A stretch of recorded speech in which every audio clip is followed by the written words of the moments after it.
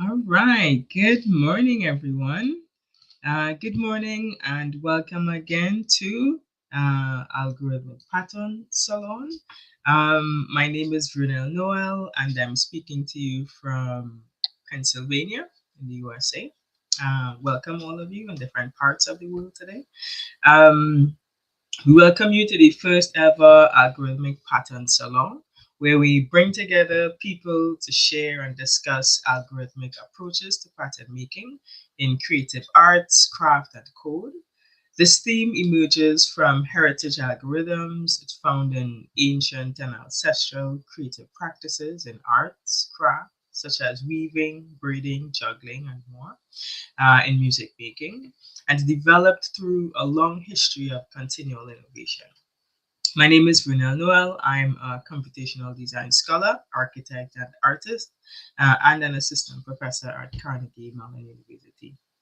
My personal connection to the theme is my work in craft practices, one of which includes the craft of wire bending, specific to the Trinidad and Tobago Carnival, where I use grammars, software, etc., algorithmic modes to study craft in art, design, and architecture. Today, our schedule includes our first session, which you are joining us for. After this first session, we'll have a 30-minute break before our other session at 15:30. Then another 30-minute break before our final session at 1700. Um, so let's get on to our first session this morning. In our session, we have four presentations. Firstly, we have Shawn Lawson and Ryan Ross Smith, who will present work with audio and visual methods to generate Moiré and Moiré inspired patterns. We then have the work of Virginia Melnyk in textile knitting and stitching for a panel design. Thirdly, we'll have Charles Deluga's work in audio synthesis and signal processing. And closing us off, Etta Sandry's work on fabric and cloth. Very amazing presentations. I look forward to seeing the work. Some themes and connections include layering. With very different modes here, we're seeing visual, audio, tactile, and embodied engagements in algorithmic patterns. So we look forward to the work. We have our first presenters, Shawn and Ryan, and we'd like to note that this presentation will have particularly strong patterns. So if you have photosensitive epilepsy or otherwise may have a bad reaction to strobes, please be ready to switch to a different tab during our demo videos. Okay, so let's start it off with Shawn and Ryan.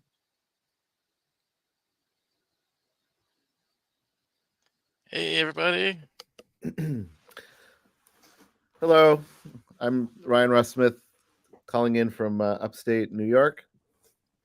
I'm Shawn Lawson, calling in from Phoenix, Arizona, and the sun is just starting to come up here. Nice. Exciting. So we're going to talk about Moiré patterns. Is it? Oh, there we go. Oh, it's like it reads my mind. It's amazing. So in our short little time here, we're going to try to give a couple little samples of some Moiré patterns, sort of audiovisual, in the best that we can. We kind of started in on this and thought this will be quick and easy because Moiré patterns are cool. And then we dug into it and found out actually this is a really huge, complex topic. And this is why we're calling it previews, because this is a preview of a much larger project that we hope to work on in the coming year or years, depending on how this goes. So as it turns out, Moiré, which I had always thought as being capitalized, was some person's name, but it's not. It relates back to Angora goat hair in the French countryside, with the term moiré, meaning choice. This is the choice fabric that you want to have, slowly absorbed into the English language for moiré, meaning watered textile, which is this pattern that emerges on the surface of the fabric as it's sort of pressed in this method that sort of creates this change in the fiber that makes the watered effect on it. These are from Etsy. Apparently, you can still buy this, which is kind of interesting. Expanded into things that we may see more regularly. On the left, if you've ever gone under a bridge or seen multiple rows of fencing, here on the left, you can kind of see what the Moiré pattern is with these two sets of fencings. One is slightly further away, which gives it a different frequency or difference in the spacing between the pickets. And we get this sort of little bit of pattern density in between them. On the right, this is overlapping concentric circles. Same technique. You get these antipodal lines that sort of emerge from the center going outwards where there's gaps or overlaps on them. One sort of set of examples here, there's a wide variety of these, but those that are most relatable to us. On the left, these are those that emerge from sort of digital technologies. So the one on the left is sort of a brick wall, but due to the CCD of the camera and the techniques used for image scaling, we get this sort of radial pattern that comes out of the corner and sort of goes up across the building itself. And this is because the camera itself, when having taken the picture, is not perfectly orthographic to the wall. And so this little bit of tilt and then scaling of the image creates this other pattern as it's sort of scaled through the resolution of that algorithm. Then on the right, similar thing, the original is on the right, but through different scaling techniques or with the CCD itself having a red, green, blue pattern on the back. It's sampling out when it's taking these pictures and creating these patterns on the shirt itself. This is why there are some fabrics we never see on older TV programs, because their cameras would then create this effect and they would not be allowed to wear this on the 7 o'clock news. All right, going forward into something more interesting than the history. Let's see. So this is video 1. If we can try to play video 1, please.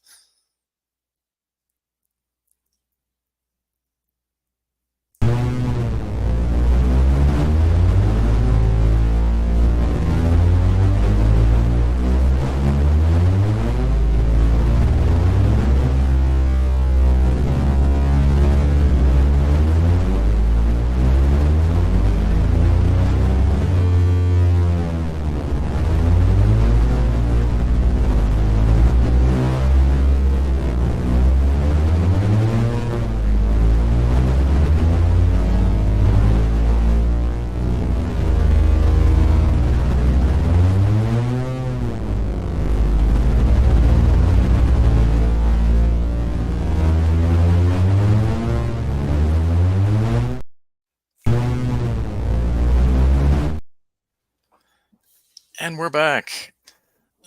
So this is, if you remember the fencing from just a few minutes earlier, this is the same technique. If you're interested in the code, it's posted in the paper, and the code itself is intentionally written for a browser-based OpenGL software that exists on GitHub. So that's also available for anyone who wants to try it. But this is the same technique as the fencing. There's two sets of columns of black and white that's sort of shifting against each other and is creating these other Moiré patterns out of that. And we're adjusting the frequency of those columns that then creates these different types of Moiré effects. I will turn it over to Ryan to talk about the audio aspect. Yeah, so very, very quickly, initially, when trying to create these kinds of interference patterns in audio, things like certainly rhythmic phasing and other types of artifacting would be, it could be interesting, but phasing sounds like phasing. So I tried something different, was to use sample-based oscillators in this one with tidal cycles, and then slowly changing the start time of each one, basically moving them back and forward in time so that we would get these different kinds of overlapping, almost kind of like bandpass filters in a way, but we'll get to that on the next one. So I guess we move to the next video. Let's see here. So yeah, so there's our slide, and this is our indication for video number 2.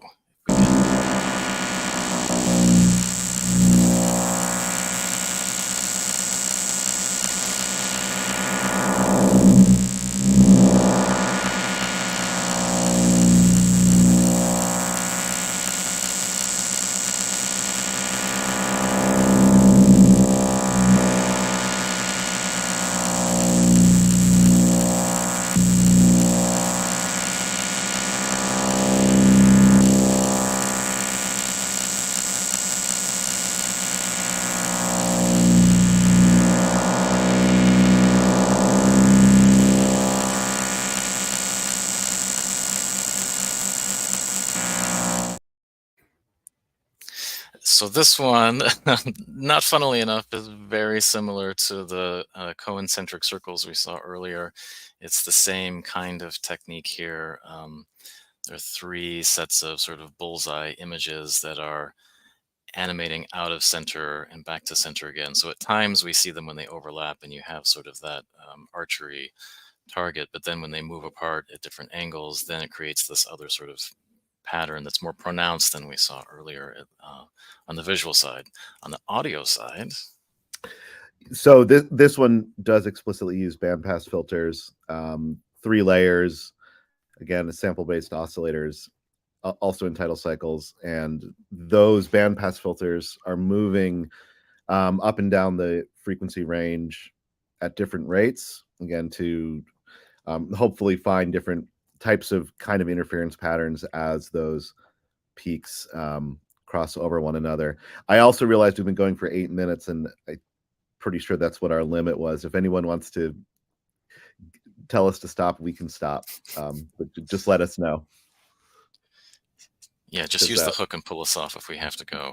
I think that was the limit, so we should probably oh, a bit longer is okay. Okay, let's do the final video. Okay, so we have one more video.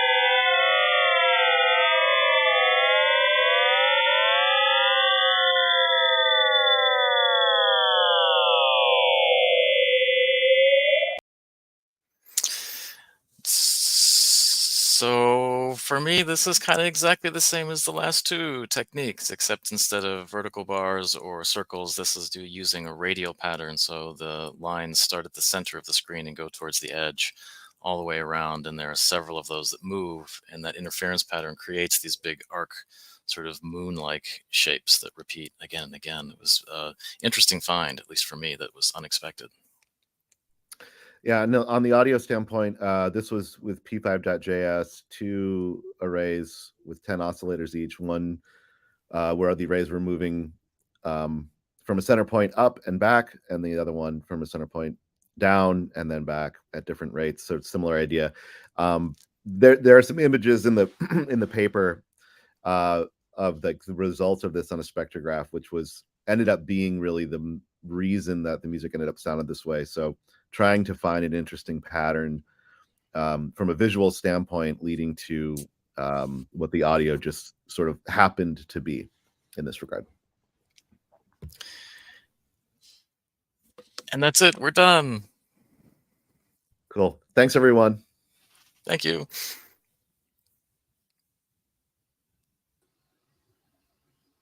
All right. Thank you very much, Shawn and Ryan. Very stimulating presentations in many ways, I must say. We'll now go on to our second presentation by Virginia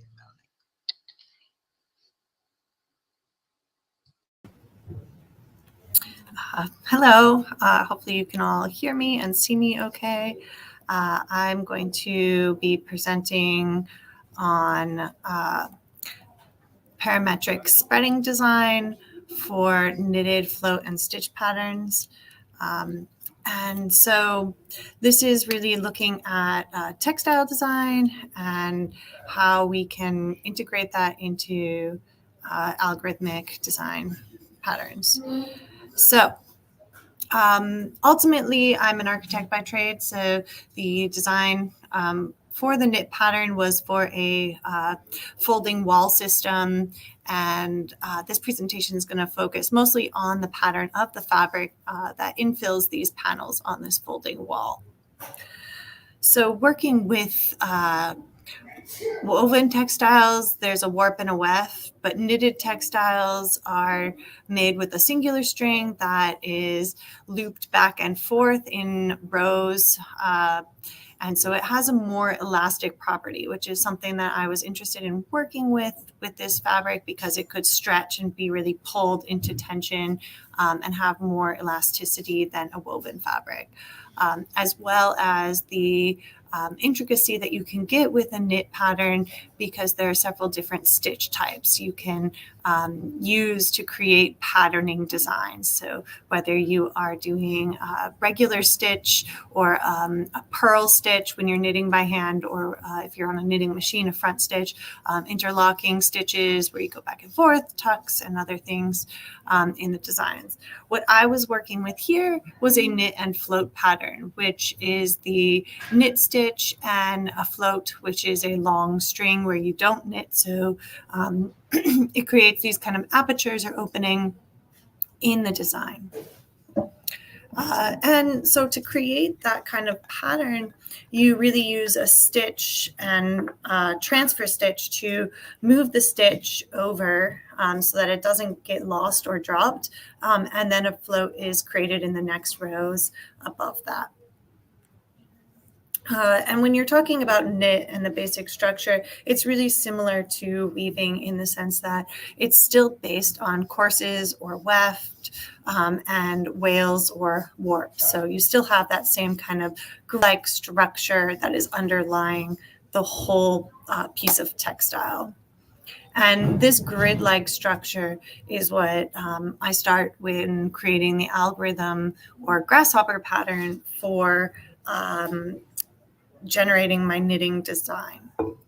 So I design in Grasshopper as a parametric software, and starting with a grid and a set of random points, I begin to create a pattern which subtracts or removes points, similar to how we were looking at the knit and float pattern as where things would be active and inactive, so creating voids. And with these voids, I can manipulate the density of them. So playing with the influence that these random points have on the grid and how many stitches or voids would occur, or how much influence those points would have. So that was based on a slider, and the decision to just stop at a point where the design had kind of a 50-50% here to develop that. The other thing is, when you're working in that warp direction, is there is still this connection of stitches from above to below. So when you're knitting, the material does have this vertical directionality to it. So within the algorithm, I created vertical lines, which are no longer straight like the original grid lines, and start to warp and manipulate or deform based on that subtraction of points. So these lines kind of move around those voids. And then those points come back as information as to where you would see a stitch versus where you would see a float or a void. Ultimately, this became the knitting pattern that was used to generate an actual pattern that a knitter could follow. And knitting patterns are typically written in this way of like showing stitch and float on a grid that you can manually follow. There are a few constraints when working with floats and transfers. So for example, here in green, we have ones that work. So you have transfers from one stitch over is successful, or when you start a singular stitch at a time. You will have errors when you start to have issues where here I would need to transfer and I'm skipping over another stitch or another float. And that begins to pull that thread a bit too far out of the way, and it gets too taut, and you're unable to make that, and you're going to probably break or rip the yarn trying to achieve that. Same thing here, starting two loops off of a float, the yarn will have trouble catching and creating those loops. So these kind of errors were elements in the design that the maker had to work around. So even if the algorithm had by default created these elements in the design, a craftsman who was knowledgeable at knitting, which is in this case me, when making the actual fabric would follow the pattern, but then still have to make edits or respond to issues that occurred within that original given pattern. So there's this feedback loop between the digital output and the actual crafting of this textile, where the craftsman has to kind of still make those final decisions of the design. And as you can see in this video, when I'm actually making the fabric, it is on a knitting machine rather than with 2 knitting needles. So my knitting machine bed has 100 needles, and each stitch is on one of those needles. And you can see there's active and inactive needles. And here I am transferring which ones are active and which ones are inactive to generate that pattern of the textile below. And you can see how it has that same effect of those kind of swooping, morphing vertical lines from the original algorithm pattern here when it's translated into stitches. Ultimately, this affects the way that the fabric stretches because the float stitches don't allow the yarn to stretch nearly as much. So it creates also a more even stretch where typically the knitted textile stretches along the course direction more than it does on the warp and wale direction. So now it starts to even out that stretching to create something that is more predictable and can be sized more easily. So you can see here how it stretches differently than the plain knit pattern. Ultimately, 20 patterns were knitted in a triangular shape and fitted to these frames, which created the wall. And when you look at the details, the back panels were knitted in a blue yarn and the front panels were knitted in a pink yarn, so that between the depth of the wall pattern itself, you begin to have this moiré effect. So actually coming back to the first presenters and having a little bit of moiré there. The wall itself was very lightweight. The use of textiles to create that pattern was to be able to generate lightness and have a very airy and light material, but also begin to play with disrupting the view. So as you can see, it creates some transparency, but also disruptance in that view, that you can see the kind of silhouette of the figure behind the wall, but not the full object, not every detail. So it creates that border of kind of playing with transparency within that pattern. And you can see here in detail the 2 layers, how the front and back work together, and how you can see the spacing between the floats and the knits and how they kind of move in those same curvy trajectories as the algorithmic pattern that was generated. And here's kind of a video running up and down the surface. It's a little blurry, but you can see that motion between the 2 different layers as they shift in different directions, because each panel had a unique algorithm that was generated to knit for it. And resultantly here are the shadows that were created, which also was a very exciting effect because you can literally see all of the kind of dappling of light from the knits and the voids that were created from that algorithm. And that is it. So that is the final wall design using the float and knit pattern, using a kind of grid spreading to create these different apertures within the panel texture. And thank you very much for watching. And please follow me or look up more of my work on my website.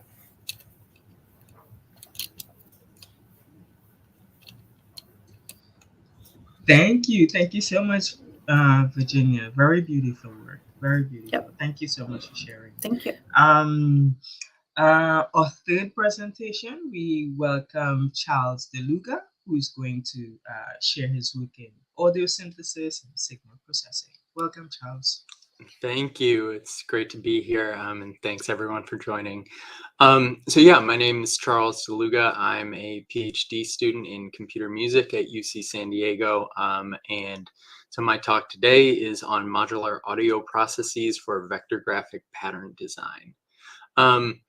So yeah, a big part of my creative process is what I would call vector synthesis or synthesizing vector graphics. And so what you see on the left here are just a few examples, snippets from my work, where it's essentially creating audio synthesizers to map functions onto oscilloscopes or laser projectors at audio rate. So an oscilloscope or a laser, it only shoots one beam at a time. And by sending in audio signals for the X and Y axes, it moves that point in like a looped path quickly enough that your brain just sees one stable image. So yeah, then over here is me bringing a laser projector into Joshua Tree and doing the same sorts of things. So one of the things that vector synthesis can be bad at is drawing a number of discrete shapes. Jumping between them needs high frequency audio content, and it can be difficult to do. And so I wanted to just explore ways of implementing like symmetry operations and different types of transforms that you see in pattern design very often, and figuring out how to implement those for vector synthesis. So just some of the history. C.E. Burnett was one of the first, if not the first, to do like aesthetic pattern designing on oscilloscopes. And Larry Cuba's work in the 70s, I would say, from what I found, is like the closest inspiration to what I was trying to do here, where you can see all of these like very clear rotations and reflections and translations and all of that. But he has these kind of like three animating curves that as they move, they just reinvent the pattern almost every frame, just through the types of automations and animations that a vector synthesis is good at. So yeah, my motivations here were developing a modular system that would help me produce vector graphics on analog and digital displays. So oscilloscopes, laser projectors, and SVGs, since sometimes those are more convenient. And then exploring how to implement symmetry operations as signal modulations. So essentially, you're generating some sort of form as, well, I'll get to that in a second. But anyways, and experimenting with audio effects at different levels of patterning structure. So yeah, here's an overview of the process, and then we'll play some videos so you can see what that actually looks and sounds like.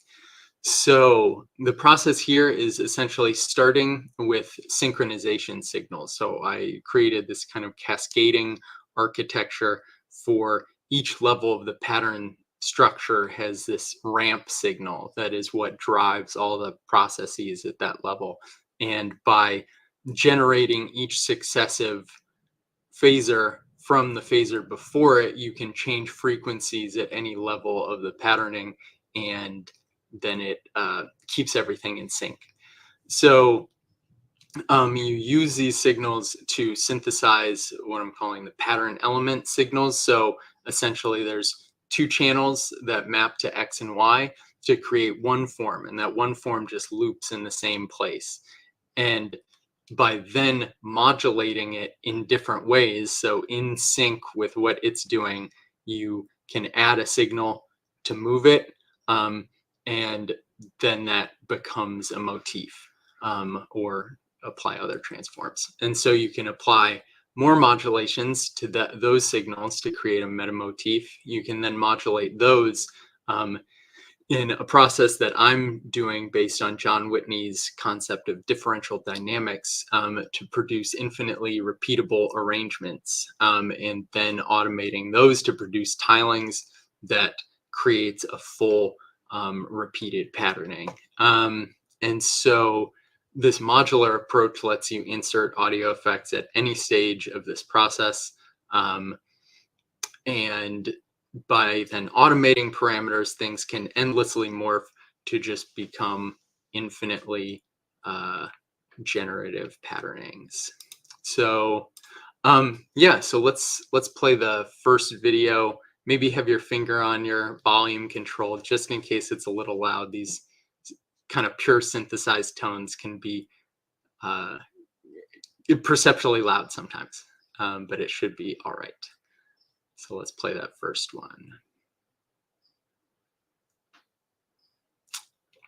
Alex, whenever you're ready there.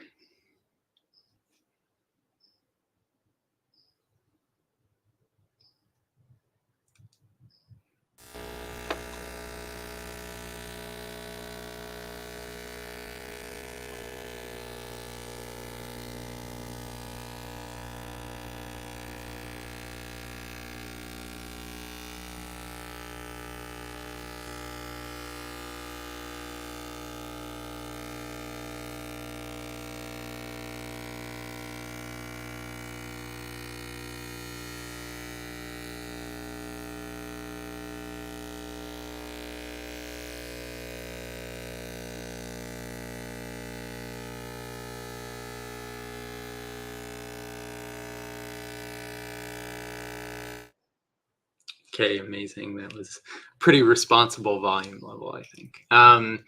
So yeah, what you're seeing there is essentially signal modulations to implement reflection and then applying filters to those reflection signals. So one of the things that I just am kind of inspired by in terms of using this approach for patterning is that so often, like you see in books or articles that talk about these operations, that it's a discrete thing, that there's one form here and then it reflects to another form here, and that by using signals on other signals, they, like, that reflection can change within each form to actually transform the form itself, if that makes sense. So yeah, then we can move on to the next video, and what that one is showing this differential dynamics patterning approach. And essentially the logic behind the concept is having integer multiple spacings between elements that wrap in some sort of periodic way in a grid here. And so you can see and hear what that looks like.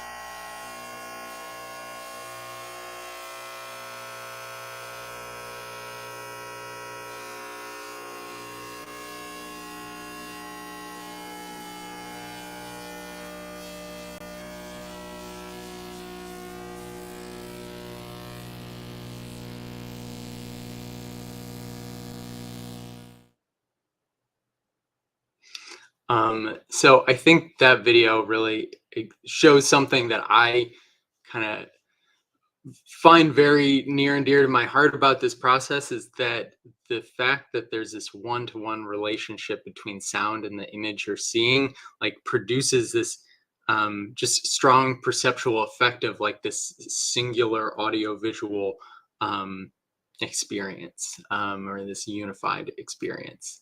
So it looks like I'm running a little short on time, so I'm going to fly through the following slides here. So let's bring me back to the slides.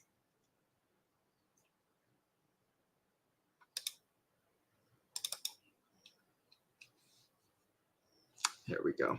Okay, so this just shows that cascade approach of these synchronization signals. So each one lines up at a different number of repetitions per the repetition above, and those can be as step functions as well for different features. These are essentially just how each kind of name for a symmetry operation translates to a mathematical process. So none of these are insane concepts on their own, but the possibilities they give you as signals are pretty complex. So here is kind of a breakdown of what these signals might look like as modulations to the input signals. So you've got the same signals here coming in, and then this one is modulating by step, and this one's modulating in a continuous way. And so what became a motif of separate elements now combines into one unified element. So here are some motifs and metamotifs with different amounts of interpolation and reflection, and you can see how those translate when you go one level up. And so, yeah, these are just a few quick examples of how audio effects can be applied at these different levels. So you have the same motif here, and they have different filters applied to them. Where this is a high pass filter, so you're losing the low frequency content of kind of the main rotation of the form. This low pass gets rid of all the sharp discontinuities. And then here is reducing and boosting the same frequency to give you different forms that are essentially completely fluid, and you being able to move between them with these filter controls. Here's what saturation looks like as a visual process. So this is kind of a nonlinear distortion technique where it's acting independently on the two signals over here, and then this is acting on kind of the magnitude of the two signals combined. Here is the effects of wave folding, so essentially bouncing back and forth between two signal ranges. And then here is applying reverb to those signals, which essentially adds jitter to the signal, but based on the samples that had come before it. And so I really like this one because it kind of gives this like sketched painterly quality to these forms that isn't always present in the kind of mathematical precision of the other ones. So yeah, that's my talk. If I have another minute, let me know. We could watch one more video, but otherwise we can move on. Okay, great. Thanks for listening. I hope you found that interesting. See ya. Thank you so much, Charles. Very, again, awesome work. Thank you so much. We'll now pass on to our final presenter, Etta Sandry, who will share with us her beautiful work in fabric and cloth.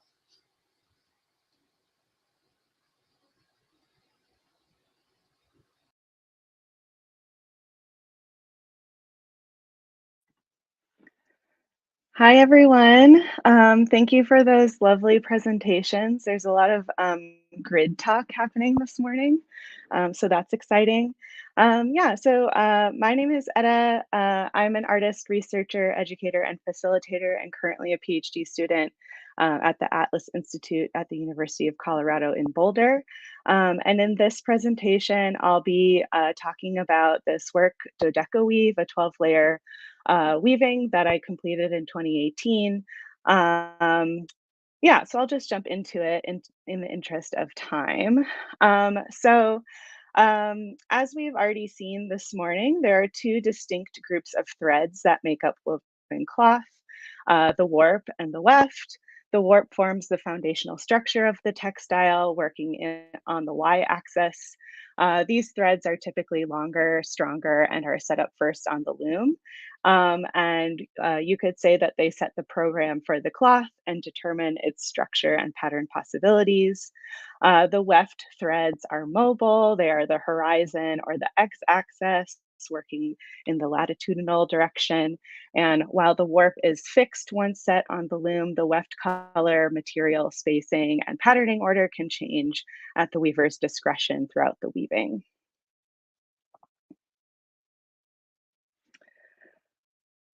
So if we look at weave drafting or look at a weaving in a graphic notation, this is the binary planning map of a woven textile where a filled square represents a raised warp thread and an empty square represents a floating weft. Or if we view a cloth face on, woven cloth appears to be a coming together of two groups of threads at right angles that creates a gridded structure. But weaving is not merely a surface or graphic representation, it's a material that takes form in space and time. So if we look at the edge of the cloth and view it from the side, we see that the warp and weft threads break the plane to curve and wind over and under each other. And when removed from the tension of the loom, the woven fabric drapes, folds, droops, and hangs. So it exists in three-dimensional space, responding to touch, gravity, and manipulation. So this work, Dodeca Weave, is a 12-layer woven work. And the design and creation of this weaving was driven by a curiosity about the potential of this dimensionality, multiplicity, and emergence in woven cloth.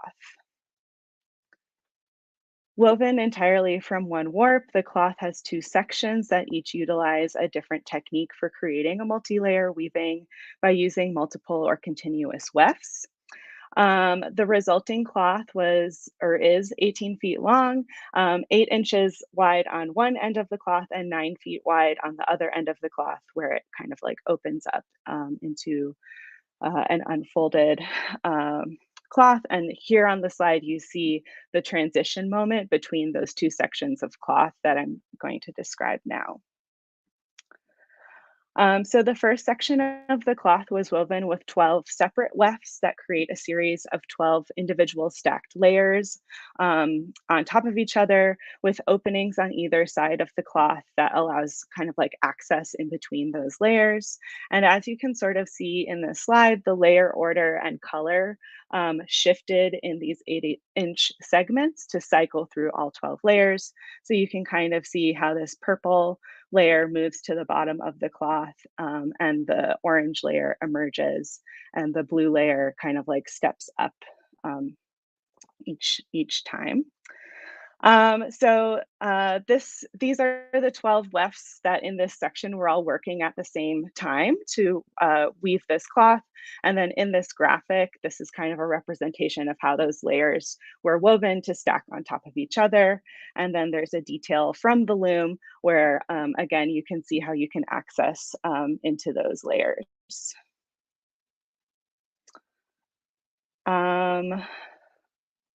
So the second section of the cloth used a single continuous weft, a technique that joined the layers at alternating edges to produce a cloth that unfolds to 12 times its width like a giant pleat or fan.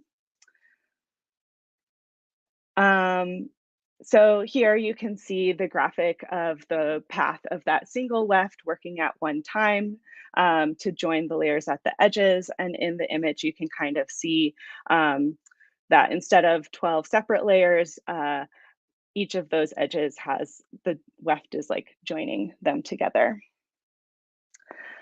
And to envision how this cloth would work in the design process, I did these hand sketches that kind of visualize the 12 different layers and the path the weft would take and how that would result in the cloth. And here it is again, so you can see how that all came together in the end. So this cloth was woven on a 24 harness AVL CompuDobby loom. Dobby loom is a harness loom, so you see the harnesses here, but this loom has a digital interface, so you can input a digital pattern and the loom, it communicates to the loom which harnesses to raise, with each weft pick. So here's a little image of the screen that I took from as I was weaving, this was what the loom was communicating with. Yeah, so the basic rules of multi-layer weaving can be very complex, but they can also be kind of simple. But the basic rule is that each woven layer acts as its own warp and weft structure system. So when weaving on an individual layer, all the warp threads of the layers above have to be like lifted out of the way, and the warp threads of the layers below are left in a resting state. So you're kind of like working on your target layer.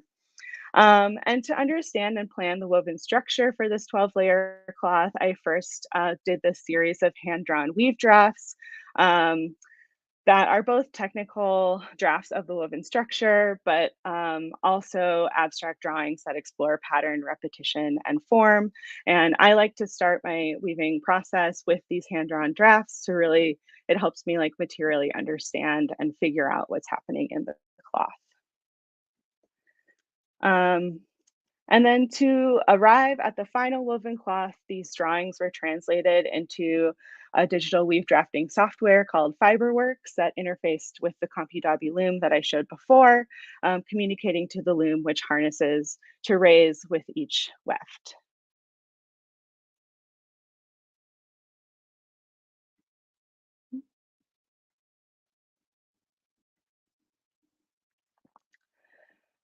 So in conclusion, I'll end with this video of the weaving process and some speculative thoughts that I find in multi-layer weaving. Weaving is a technically binary structure. As I sketched out before, a warp thread can be either raised or lowered, and when drafted, woven structure is depicted as a binary grid. But from within the seemingly fixed structure, endless possibilities can emerge. And when woven in multiple layers, weaving maintains its inherent binary nature, but takes on a new physical dimensionality that I believe troubles the binary and reveals the false promise between two seemingly fixed states, like on or off, up or down, black or white, full or empty. So from the flat draft to the woven cloth, there's this, I think, kind of wonderful transformation that occurs in multi-layer weaving, altering our understanding of the grid from something that is fixed and restricted to that which has the potential to be multiple, dimensional, and in flux. For me, the resulting cloth becomes a speculative model for creatively reimagining our presence and futures and the other structures we find in our lives. So thank you, everyone. Here's some more information about me, and the rest, more details about this work are found in the publication. Thank you to all the organizers.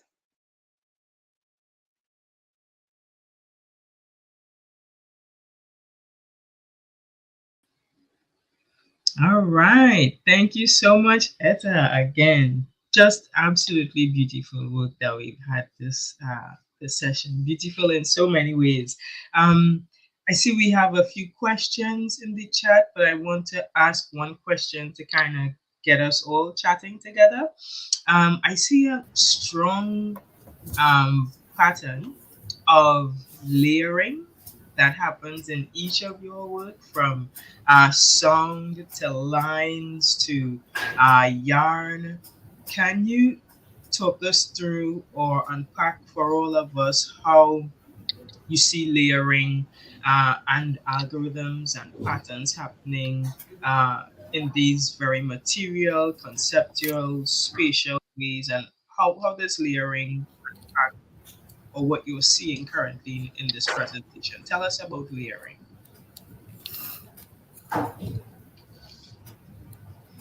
Yes, Shawn. I see Shawn thinking very hard. Yes. Shoot, I was thinking I didn't have the answer yet. Yeah, I think that I was looking at our panel before we were going in thinking, oh, I wonder how this was put together. But I think that's exactly it. Everyone is dealing with layers in kind of a very different format. And it's much more clear now after being on the panel and seeing all the presentations that this is how it's come together. I mean, I know how our layering fits together in our presentation because that's the one that we made, but in some of the other ones, I grasp a little bit, but not all of how it works because it's not sort of the format of the practice that I'm used to doing. That's not really an answer. I'm just sort of talking my way around around it. I'm hoping someone else will save me. I mean, I have an answer unless someone else wants to go first. But yeah, I mean, honestly, for my process, layering is actually a really big challenge, like more than you would expect, because the oscilloscope can't draw two things at one time, so you can't layer anything. If you want to produce two forms that look like they're over top of each other, you need to draw one and then draw the other. And so it's actually like deceptively like incredibly complicated for me, whereas I'm sure some of the knitted and woven approaches, you might have a better relationship with layering than I do. Yeah, I think Etta at least is directly working with layering the fabric, but where I'm knitting the fabric on a singular bed machine. So you can get knitting machines with two beds and do multi-layer knitting in that way. But in my case, I only have one row of needles. And so there's some like sub layers that are seen in the algorithm, like the original existing grid, which you can still see to some extent in the results, but parts of it are disrupted or dissolved away. And then there's like the physical layering of the fact that I put two layers of fabric together to make the final design, right? So there's a front panel and a back panel, and there's a space between them that allows for that moiré to happen, right? And that's kind of like how, Shawn and Ryan were talking about moirés in a very like literal linear sense of like lines that overlap and create that visual effect. And mine is a much more tactile moiré. And so like that layering of those different lines going in different directions and kind of veering towards and away from each other creates that visual effect. Mm-hmm.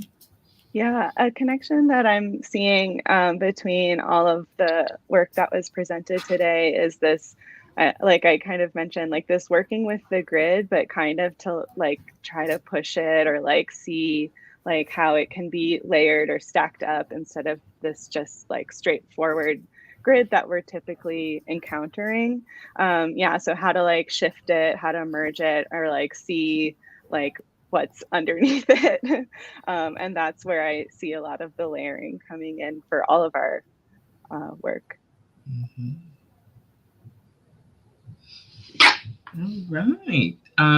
Beautiful. Thank you. If there are no more comments, I'm gonna ask a question from the chat. By Alex, inspired by Etta's conclusion, I wonder how the panelists find their work with patterns stays with them in their everyday lives and in what ways.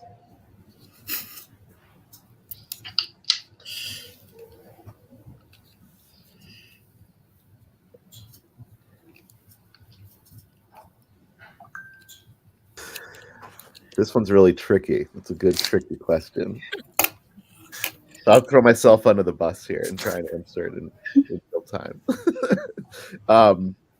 I personally, I feel like getting into the vibe of working on like what Shawn and I presented or other types of things takes me out of what feels like a not so patterned existence outside of work and things of that sort. And so I think in a way it's nice to be able to kind of dive into the idea of thinking about patterns and then thinking about how they can be used for these artistic and research purposes, and then also being able to consider them in the outside world, but also allow them to totally and completely fall apart as life sort of takes over and things of that sort.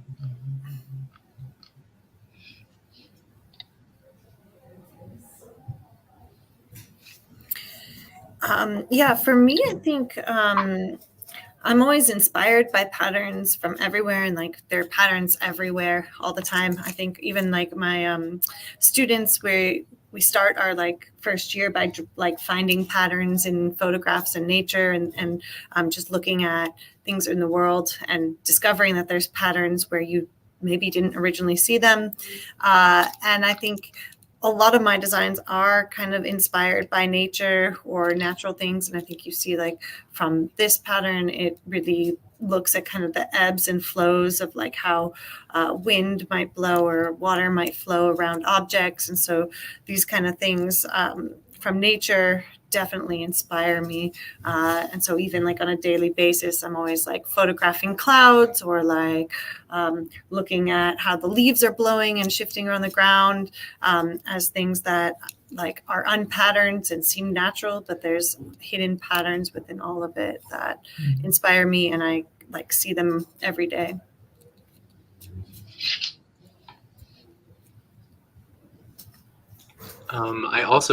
I do a lot of listening for patterns, and one of my favorite things is just the kind of essentially sound like patterns above 20 hertz you hear as tones, and just below that it starts to turn into pattern that you can audibly distinguish the components of. And so like cicadas and things to me like are hearing these patterns of just like very rapid things, and I just love that that threshold of like pattern to tone. And I'm sure there are a lot of visual examples of like kind of where your visual perception just isn't quite fine-tuned enough to see the pattern, but you kind of know it's there.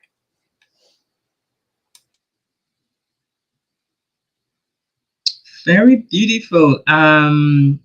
I think, Alex, we have a group of amazing CSI detectives here who can see patterns in, I think, everything, and hear patterns in everything. We have 2 more minutes. I have one more question that I can ask, Alex. Is that okay? Yeah? Okay, so it draws from a question that Lizzie asked that I'll throw to everyone, and Charles mentioned it a little bit. So what would you say are the limits of perception in your thinking of your patterns? When do they start to appear? What do you do when you could no longer perceive them? How do you access other forms of perception in your work?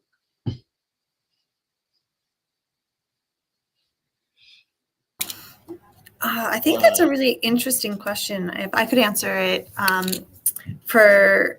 I think one thing for working digitally to physically in my work, and I don't know, like also we have kind of 2 physical makers on this panel and then 3 that are making digitally, but then making some auditory things, is I think we have these expanded senses beyond just the kind of visual, right? And patterns we assume are visual at first, but then we're talking about auditory patterns. And then I think within my work, and probably a little bit in Etta's as well, is like there's also a tactile quality to it. So you start to bring in all of the senses to how we perceive them through the sense of touch and sound and physical things. Maybe not taste. I don't go around usually licking all my yarn, but to each his own. And maybe Ryan can help me a little bit with this answer, trying to build on that a little bit, since we've both worked a little bit with Pauline Oliveros, but sort of using her idea of deep listening and expanding that to other senses, and saying it's her idea is to sort of like quiet the mind and be able to perceive things that are around you, but using that technique and other sensorial methods, and allowing yourself to perceive things you hadn't initially perceived before, either auditorially or visually or tastually. I guess I don't know how you would taste things in that way, but something like that, like being open to the idea of expanding your sort of sensorial input in a way that makes that possible. Yeah, what's coming to mind for me with weaving and multi-layer weaving and working with material is like, this isn't a sense explicitly, but like kind of the limits of our understanding of like the material world, where like the mental exercise with designing this multi-layer cloth is like, you know, trying to just imagine the possibility of like what could like we think of cloth as a single plane, but to weave it in multiple layers all at one time, it's like pushing, you know, to think like, can that exist? How could I create that to exist? And so it's like pushing against the limits of my like tacit understanding of the world. Um, so a little, yeah, not a perception, but like in another way, kind of, yes. Yeah, beautiful, beautiful. Thank you so much. Thank you so much, Ryan. Thank you so much, Charles, Etta, um, Virginia. Who did I leave out? Ryan, Shawn, Shawn. I didn't leave you out, Shawn, never. Um, thank you so much for such a wonderful day today. Thank you, Alex, for making this possible. I really enjoyed chatting with you and sharing your work. It was so much fun. Please read the comments in the chat. Thank you, those of you joining us today.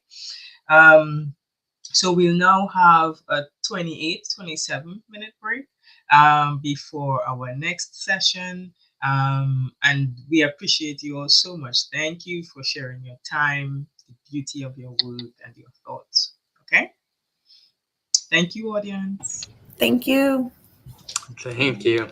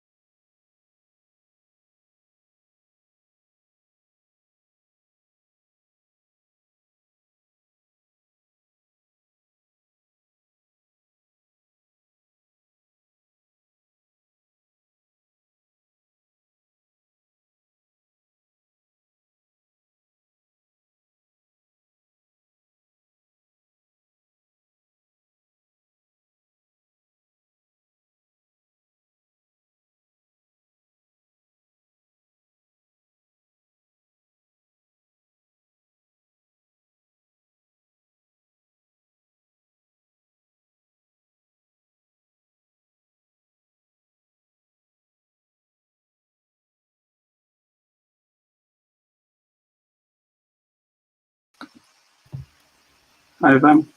Hello. How's it going? How you feel? Not too good, to be honest, but I'll have some paracetamol. Yeah, we're live, so there's... Yeah, if you're... this is just a break. We're just doing some technical checks. So, yeah, ignore us. Just in case people think you were about to present something about patterns. Yeah, no, everything's good. I think we've got 5 minutes before people... Yes, I'm seeing that I actually can see the live chat and the start. So I think that's everything I need to know. So I wanted to see if I was actually able to mark to start the questions. Yeah. So far I see that I can do that. So. Yeah, do you want to just try one just to be sure? I'll unstar the existing ones. Let me start one, for example. Yeah.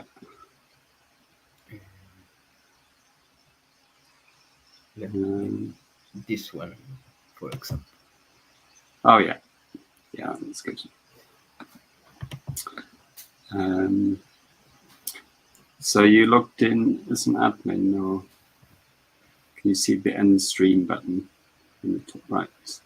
I can see the end stream button. All right, yes, you must be a full admin. So I should be connected as admin. So yeah. I think everything is okay. So maybe we can meet in 20 minutes. Yeah, I'll just go and make a tea. I'll remove you from the stream.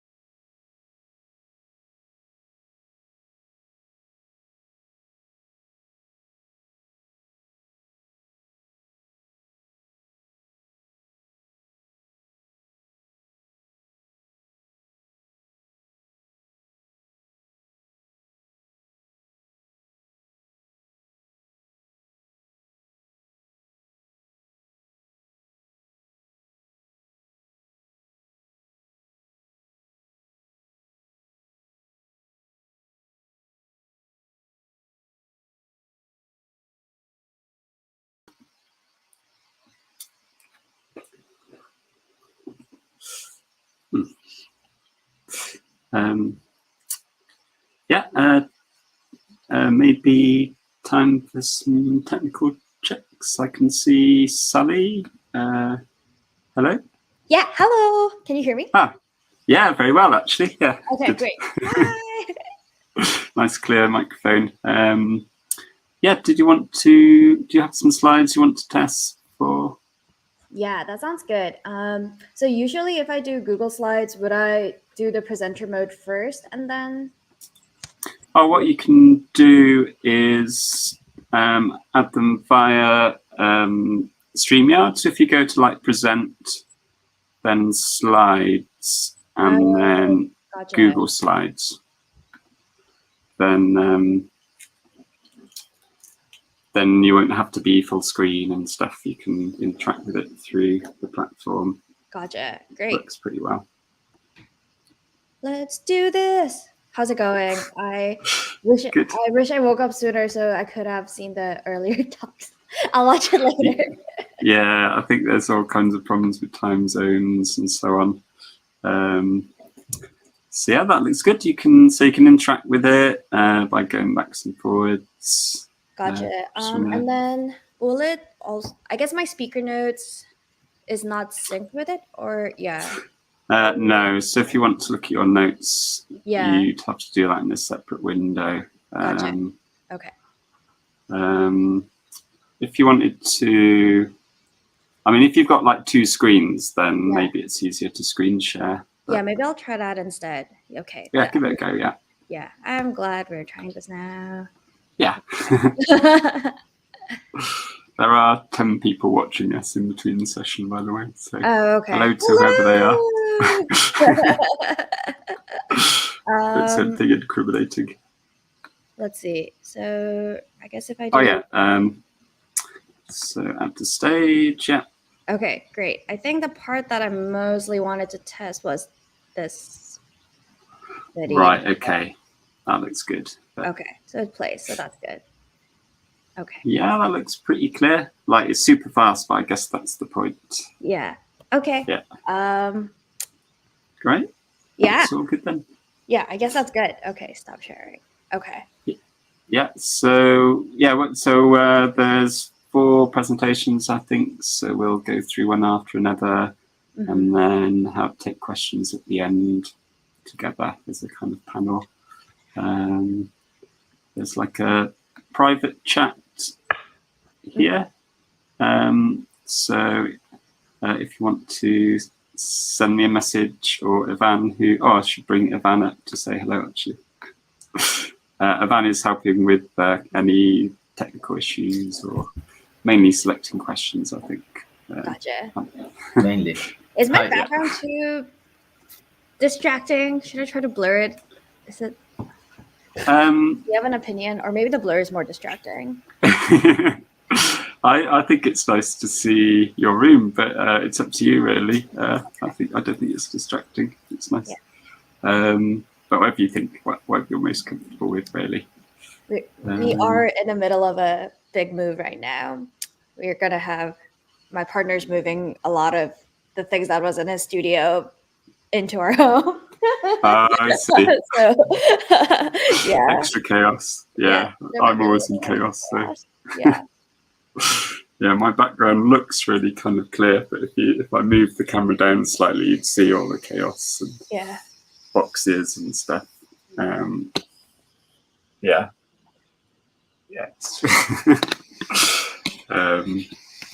Okay. So, any questions? Is that fairly clear? I think so. Yeah. What is there a time range? I know you said 8 minutes. Yeah, 8 minutes. Yeah. If you aim for that, if you go slightly over, then that's fine, or slightly under. Okay. I think when I timed myself, it was more like 7 minutes. But yeah. Okay. That's okay. Yeah. Yeah. So just go with the flow, and yeah, take it easy, I guess. Good.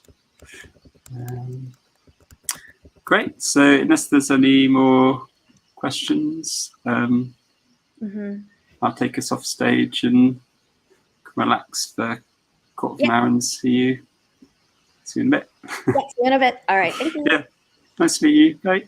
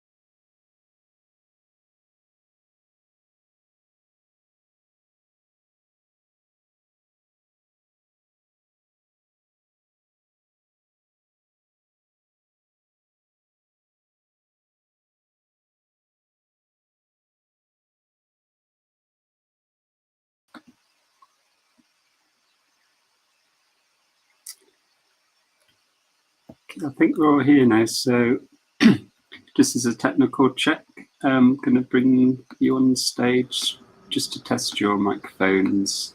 Yes. Just in case something's happened since. Yeah, hi everyone. Hi. I think your microphones are working. Yeah, you go ahead, Joel. So, maybe. Yes. Yeah. Is mine working? Yeah. Awesome. Cool. All good. Okay. So, any last questions before we go quiet for some minutes and meditate before the start of the session? I'll just talk through the interface actually. So, there's the private chat, which is just for us. So, if you've got a message for me or a question while we're going live, then you can write it down only. We will see it, not the audience. And then the comments is where you can write to everyone else and see what they're saying. Hopefully nice things. They've been very nice so far.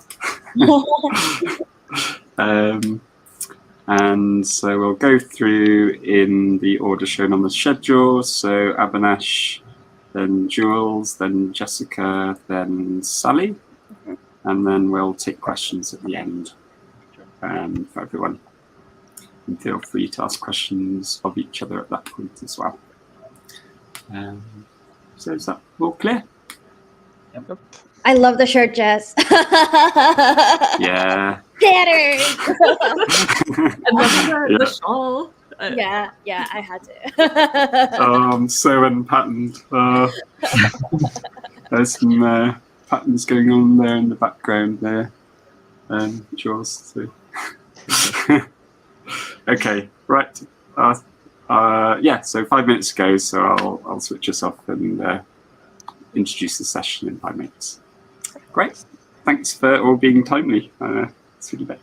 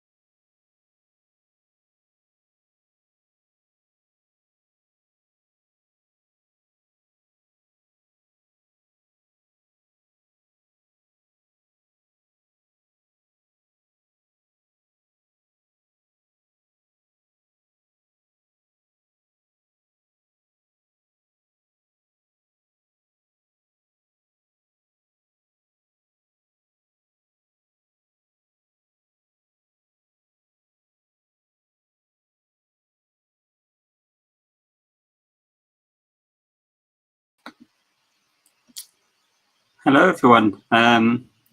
Welcome to the penultimate session of the Algorithmic Pattern Salon. This was going to be the final session, but we had an extra one to accommodate Renee and Kofi joining from Canada.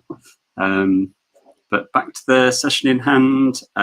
This is the Algorithmic Pattern Salon, which is where all of us interested people interested in patterns gather to try and work out what makes us so fascinated in these strange algorithms.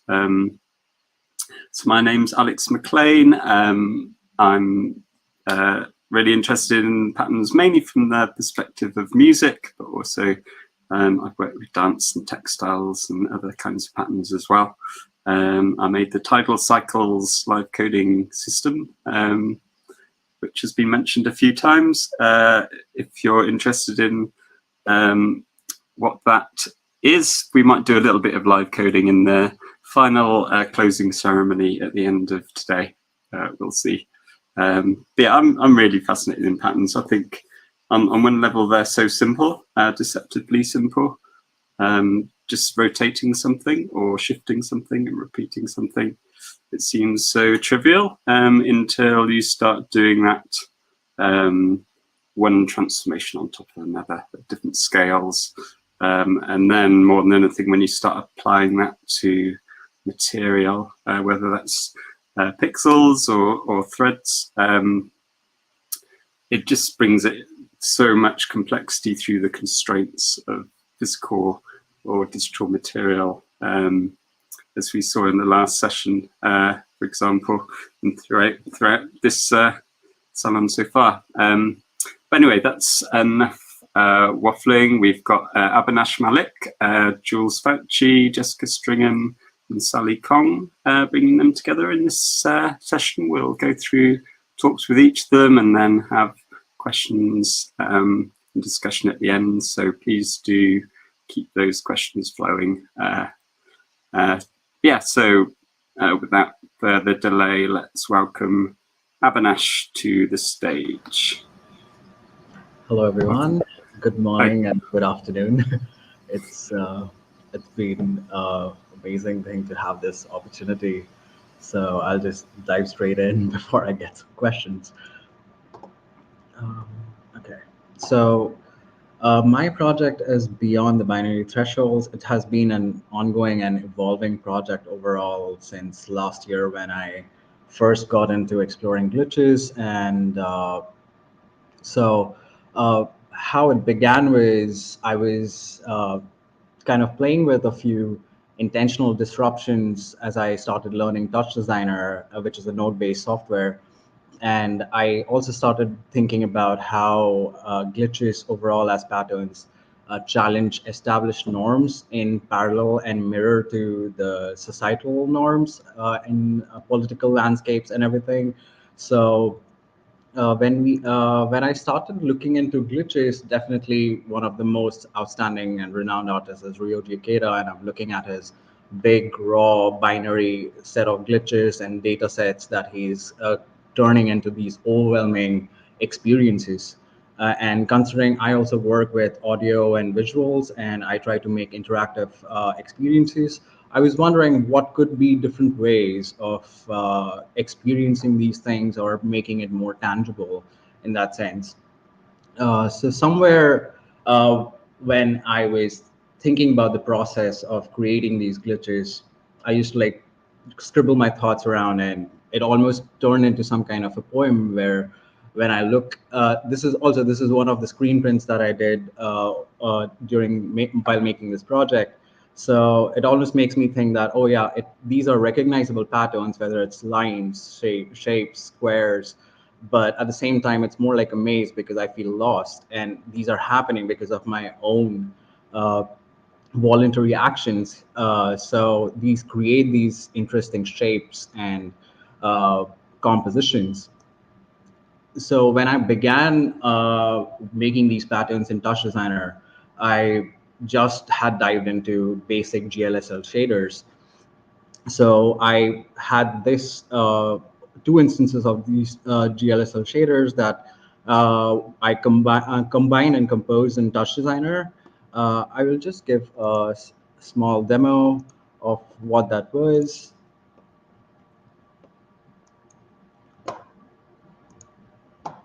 So the overall network, it begins with, here I have fed my webcam into it, and there is like simplex noise that is distorting this webcam as well.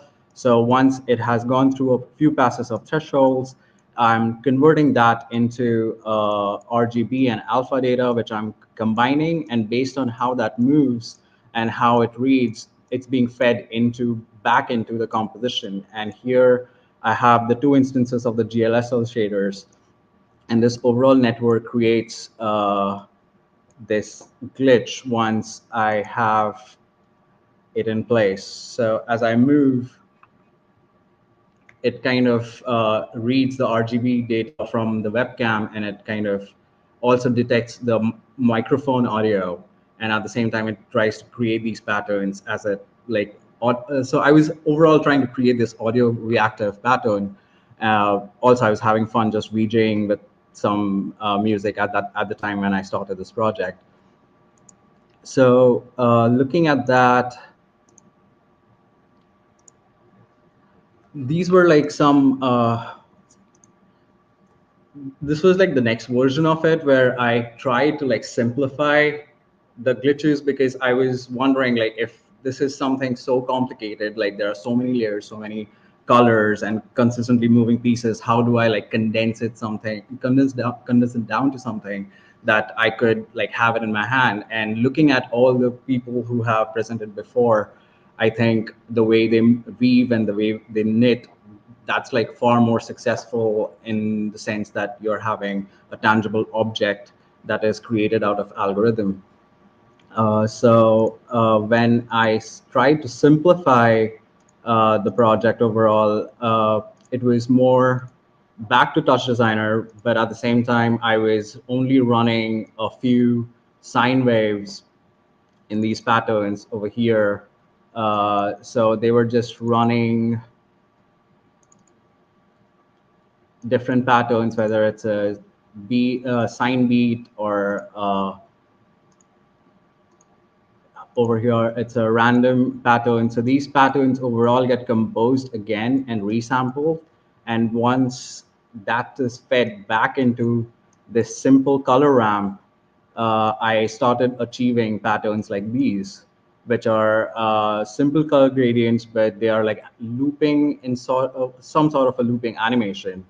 So I started brainstorming and thinking about what are the accessible options do I have to create these glitches and have them in my work. So that's when I was also introduced to screen printing by my professor, who was really helpful and provided me all kinds of guidance to create the screen prints.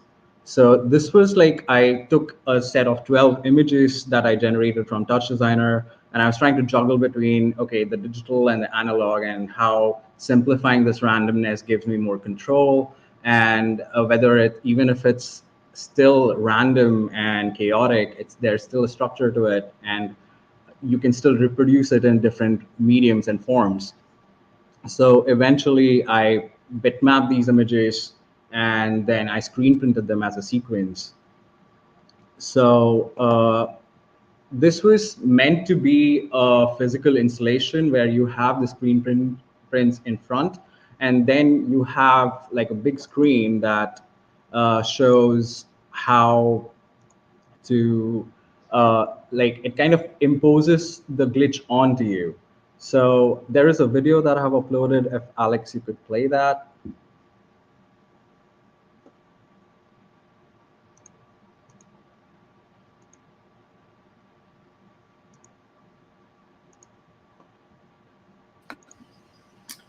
Sorry, Abinash, which video was this? There is a video that I had just uploaded. I'm sorry about the disruption there. Oh, no problem. I see it now. Yeah. Okay. So this is just the main image sequence of the screen prints, and then they start like speeding up, completing the sequence. So you kind of sense the patterns that were initially fed into these glitches. Now they are almost like turning into image image waves of some sort, or reproducing these patterns in like the physical realm.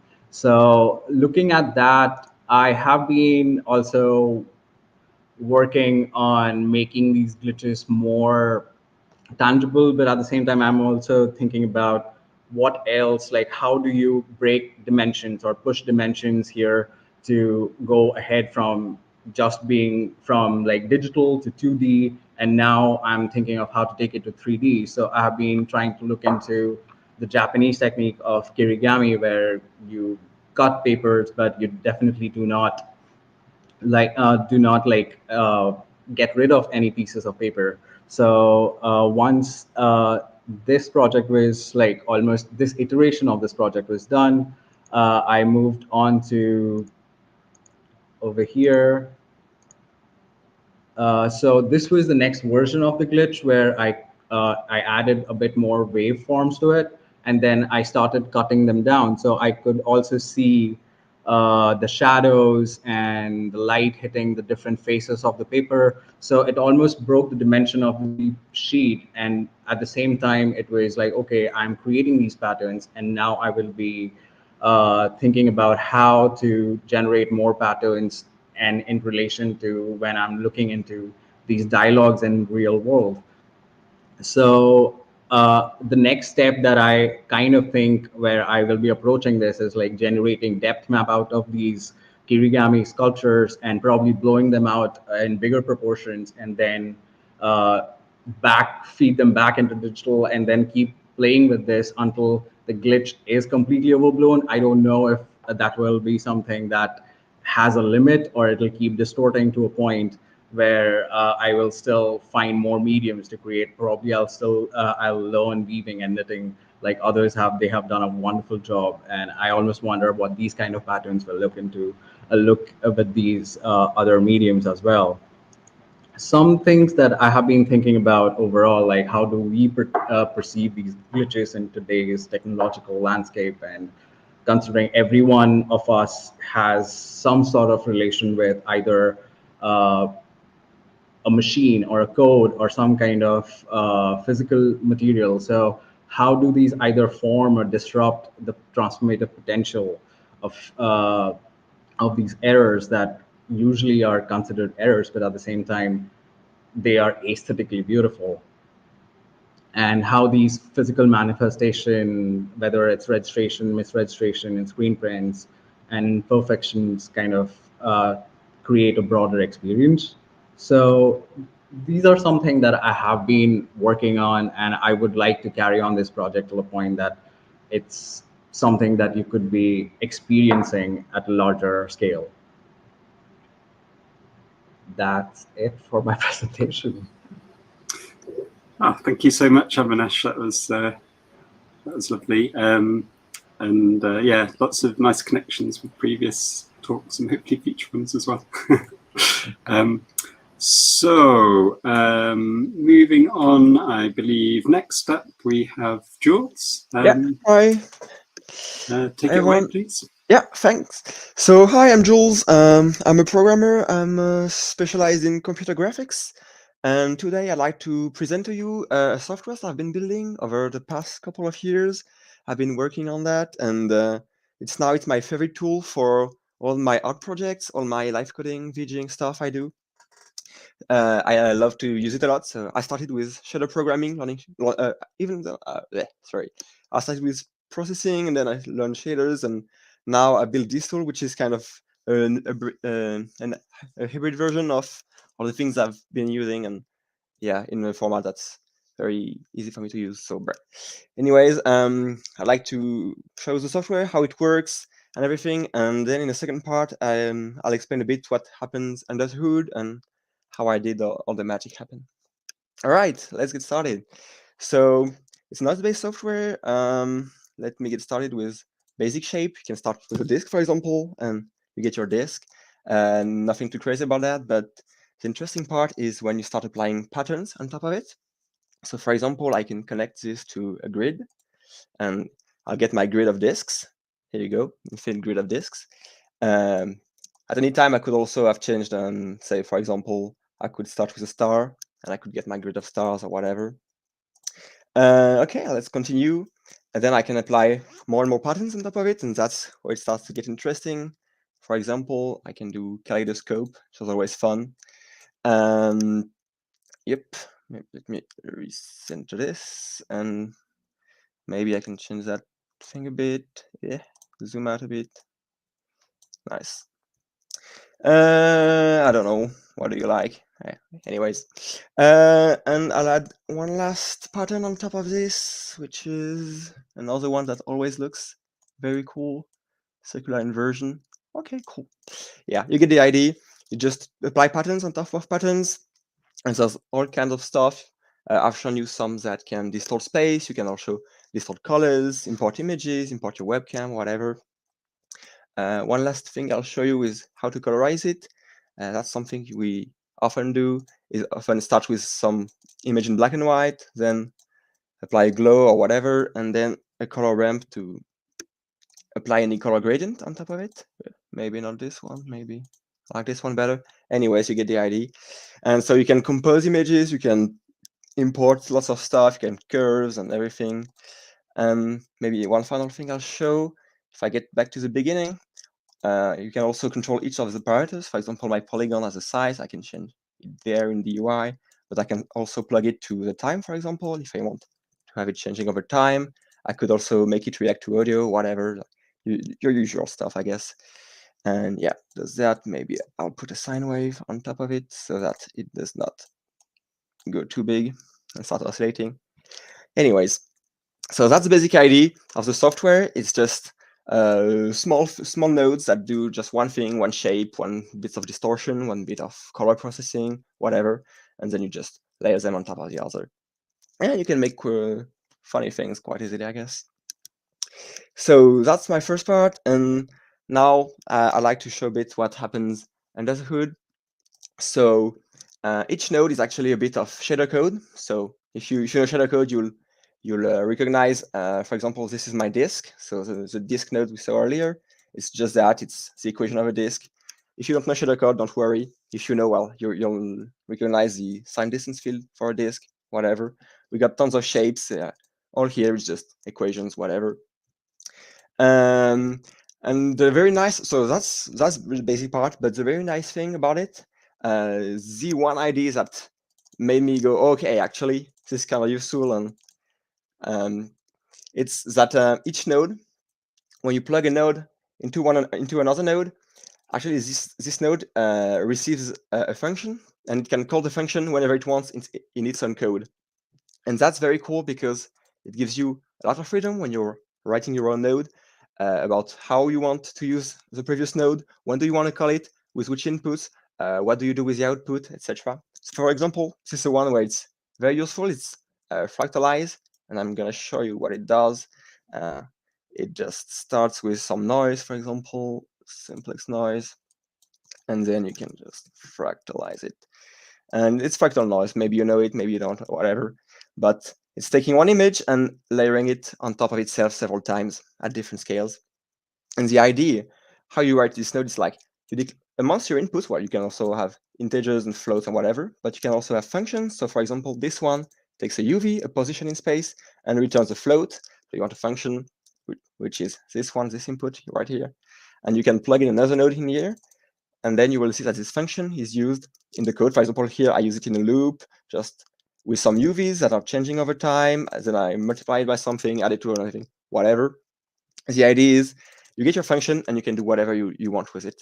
And it's very useful because, like in typical shader code, if you were writing everything by hand, you would just have the name of one given function hard-coded in there. But the nice thing with the node interface is that it can be just like a parameter, and I can plug in whatever I want, and it's gonna just regenerate the shader code with a different function with a different name whenever I want it. I can do that, and yeah, it's generating something else. So that's the basic idea. And then the rest of the software is just like lots of magic, lots of implicit conversions to make it very easy to use and very intuitive. But yeah, the basic idea is this.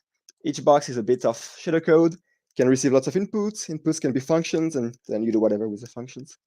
And yeah, and then the software will just like for each node, generate a function, then pass it to the next node. The next node does whatever it wants with that function, defines a new function, which goes to the next one, and so on and so forth. All right, so that's basically it. So that's my tool that I've been using for the past couple of years, and I've been having lots of fun with it. I'm still working on it, adding features all the time.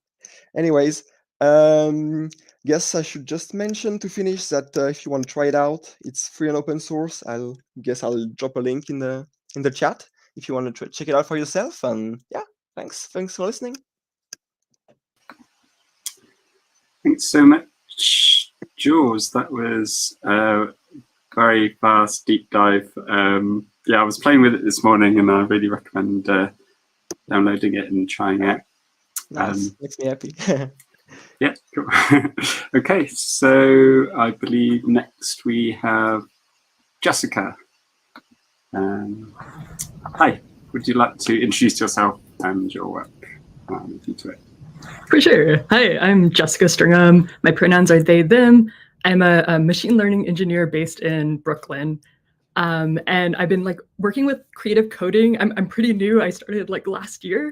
And I wanted to talk about the software I've kind of been building as well. It's super cool to follow Jules and show like a little earlier stage of some software, but maybe from a different perspective too, coming from machine learning.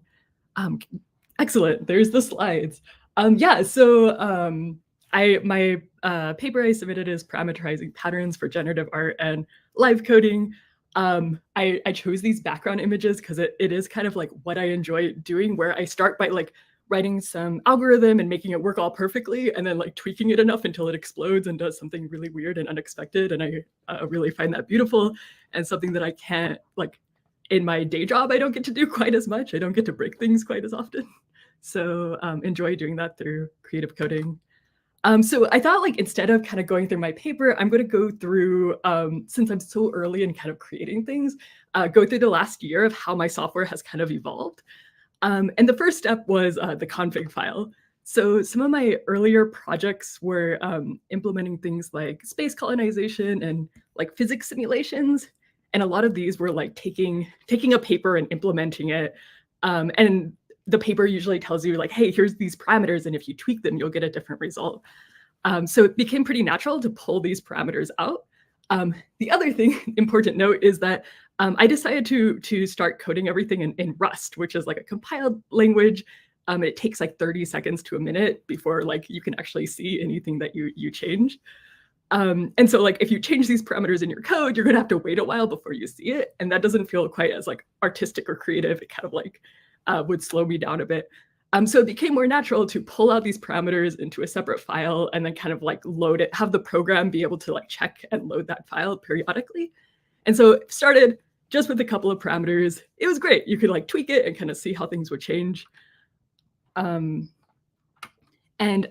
Configurations are great.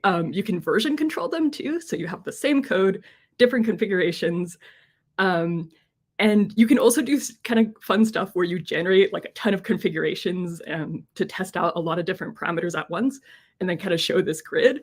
And what's fun here too is that as a machine learning engineer, this kind of like is a lot like what I do in my day job too, where we're tweaking hyperparameters and you train a bunch of models and kind of see like which models do better and stuff. But instead it was like making art, and what I was optimizing towards, I didn't have like a function I was optimizing towards. It was just like, does it look cool? And so kind of having these like grids of being able to like look at things and be like, that one looks cool. Like, wow, I didn't expect that number to affect it in that way. So then to look a little bit at the code. So on the left is like the Rust code that I would write. And then on the right is the configuration file that I would tweak. And so the configuration file, I wrote it in YAML, and I'm using the Strudel library in YAML. I'm using Nano to help me draw things too, and WGPU. Yeah, so on the left, what I did was like I made it so that the configuration, like I hide a lot of that in a special like Rust feature called procedural macros. And so like the code itself, I really like it because it's very clean. It's just like, okay, here's this struct, here's this data that you need, then write the code that actually like turns that data into the image that you want. And then that data also like maps to a configuration and back. Yeah, so there's a lot of secret code that hides inside of this little procedural macro guy. And okay, so and then the other thing is like writing it this way kind of forced me to put everything in parameters, including things that like I wouldn't have expected I wanted to change. So basically like anywhere I had like a number or a Boolean, it would end up being exposed in some way. And you could change it to whatever value you wanted. And that would help me find that those like glitchy things that were like way over outside of my, what I thought was the interesting parameter space. Okay, cool. So that was stage one. Stage two was making it interactive. So when I was doing this, my hopes and dreams were to be able to change those parameters with a dial. Over time, I learned a dial, the way you do that is a MIDI controller. The word for that is MIDI controller. So I started to play with like being able to pull in MIDI values.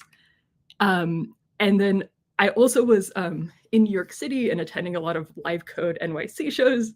Shout out to those folks. They're amazing. And so when going to those, it was like, I realized that it was like MIDI, time, and audio reactivity were like some cool ways to control parameters. And then I have expressions that combine all of those.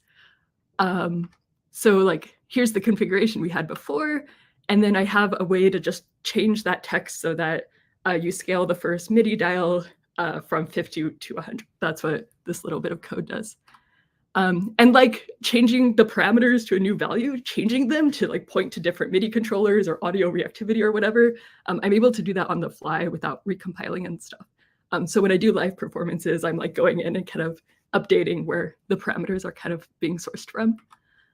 I can also change things to be based off like time-based sort of things. So I have something based off of either frames or time based off of the BPM and stuff, depending on what I'm doing there. And the result of this is a giant YAML configuration file that I kind of update over time.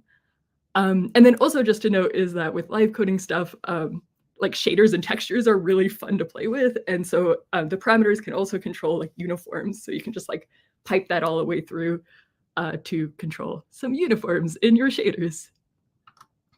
Okay, and then stage three was this thing I call unit cells, because I was reading up on crystallography and I like was like, okay, this is cool. I'm gonna borrow these ideas here.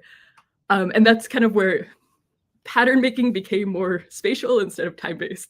So I was doing a lot of pen plotting this summer, and I was used to kind of doing like time-based things where like, oh, there's a pattern that's flashing, but you can't really translate that to physical 2D things. So instead you do patterns over space instead of time. And so I started to play with this way of being able to control patterns through the configuration file again, through the parameters. So one way is using, so like this, it draws patterns of hands, and then you can kind of rotate them around using, there's these things called wallpaper groups that I got kind of obsessed with that were really fun to make cool patterns. Yeah, and then like in doing this pattern, I think this is kind of the best example of this, where kind of like over the course, the x-axis where while you're drawing, oh, maybe I should show, oh, I don't think I have examples of this. Basically, you just write the code for drawing one of these little squiggly circles. And then like the code in there says, in this case, it's like, how many rings do you have and how like squiggly is it? And so then over the course of the x-axis, I like change how many rings there are and how squiggly it is. And then I also like put in some random, a pattern for when to just not show the little squiggly circle at all. And I'm able to control all of that through the configuration. Sorry, I don't have a good picture of what that configuration looks like.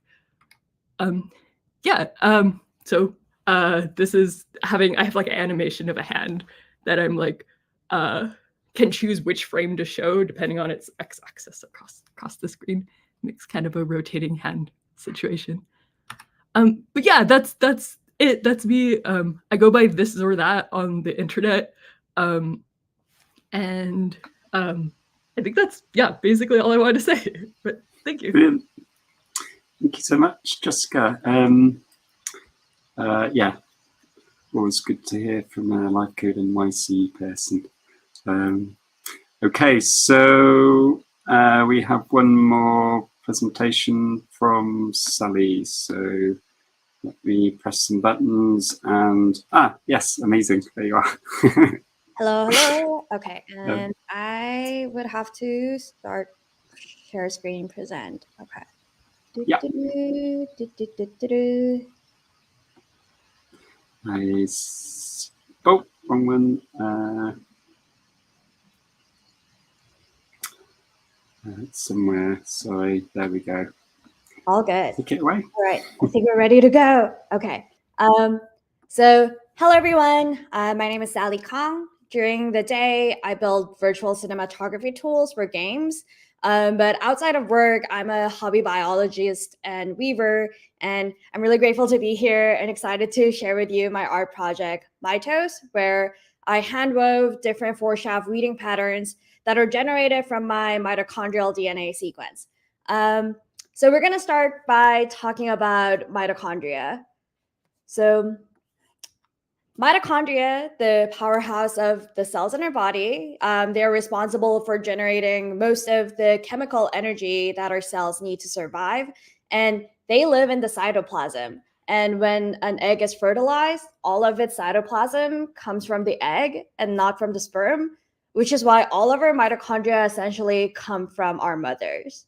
Another interesting fact about the mitochondria is that unlike other organelles in the cells, they have their own DNA, which is the mitochondrial DNA. And while most of the DNA in our body is found in the nucleus, like well packed into chromosomes, the nucleus only has a single copy of that.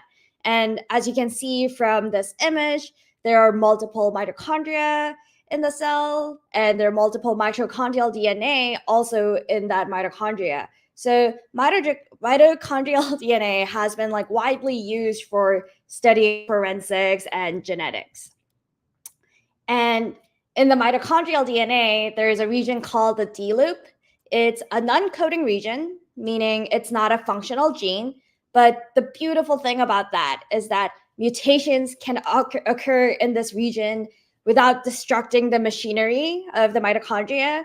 And this is what contains the HVR1 and HVR2, which are the hypervariable regions of the mitochondrial DNA.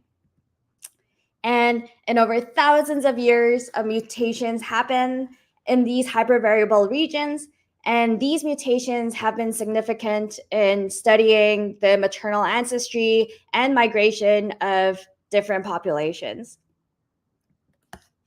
So I don't have a background in biology, but I've been lucky to have found a community biology lab called GenSpace in Brooklyn, New York, where I got to extract my mitochondrial DNA from my cheek cells and amplify for the hypervariable region using PCR and sent it to be sequenced using Sanger sequencing. And after I got my sequence back, I used the BLAST tool from National Center for Biotechnology Information. It's online, it's free, to find a mitochondrial DNA hypervariable region sequence that I matched to. And that result was M8, which is one of the haplogroups that's it's one of the haplogroups for East Asians.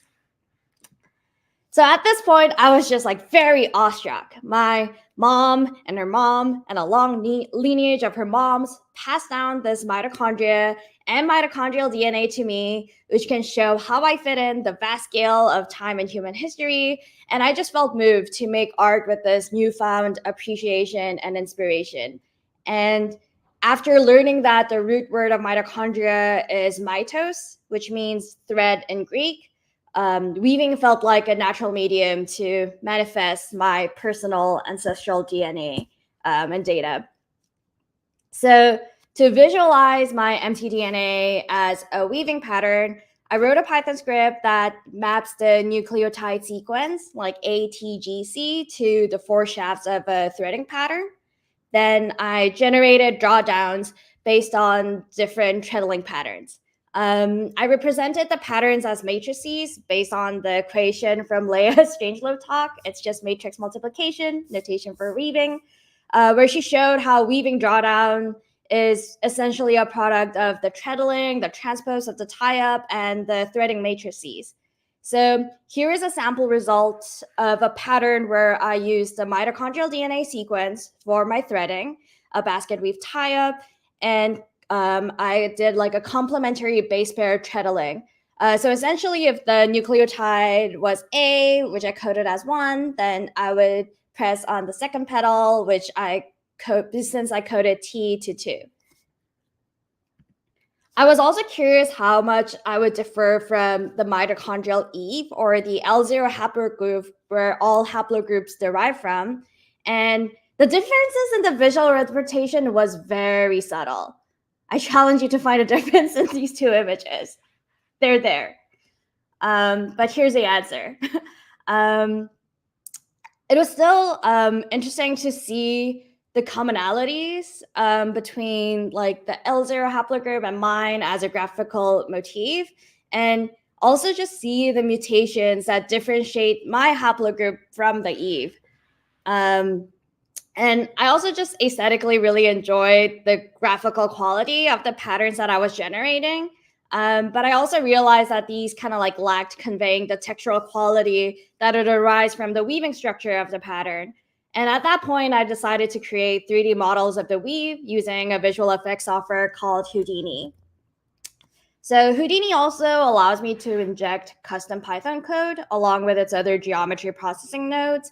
So I reuse my Python script to calculate the drawdown matrix. Then I use its values to either raise or lower the curves for the warps and the webs. And I resample the curves to generate tubes and create this mesh. And after that, I was able to map this new 3D mesh to a clot simulation to get a physical sense of the pattern. And from visualizing my DNA-driven weaving patterns and simulating it wrapping a body, I was really inspired at this point to physically manifest this project. So I finally decided to purchase a secondhand 42-inch 4-shaft floor loom, and I asked my partner to make me a working board. And then I started weaving. I guess I have to press it. Yeah. And then in the process of weaving, I was reminded of the central dogma of biology that states that DNA is transcribed to RNA by an RNA polymerase, and then a ribosome translates that RNA to protein. And to me, it felt like the loom was kind of the RNA polymerase that served as an interface for me to translate the DNA pattern into woven fabric. And I was a funky ribosome driven by the DNA sequence set in my threading, but making creative decisions in terms of the color, the yarn, and the treadling pattern as I translate that DNA into woven fabric.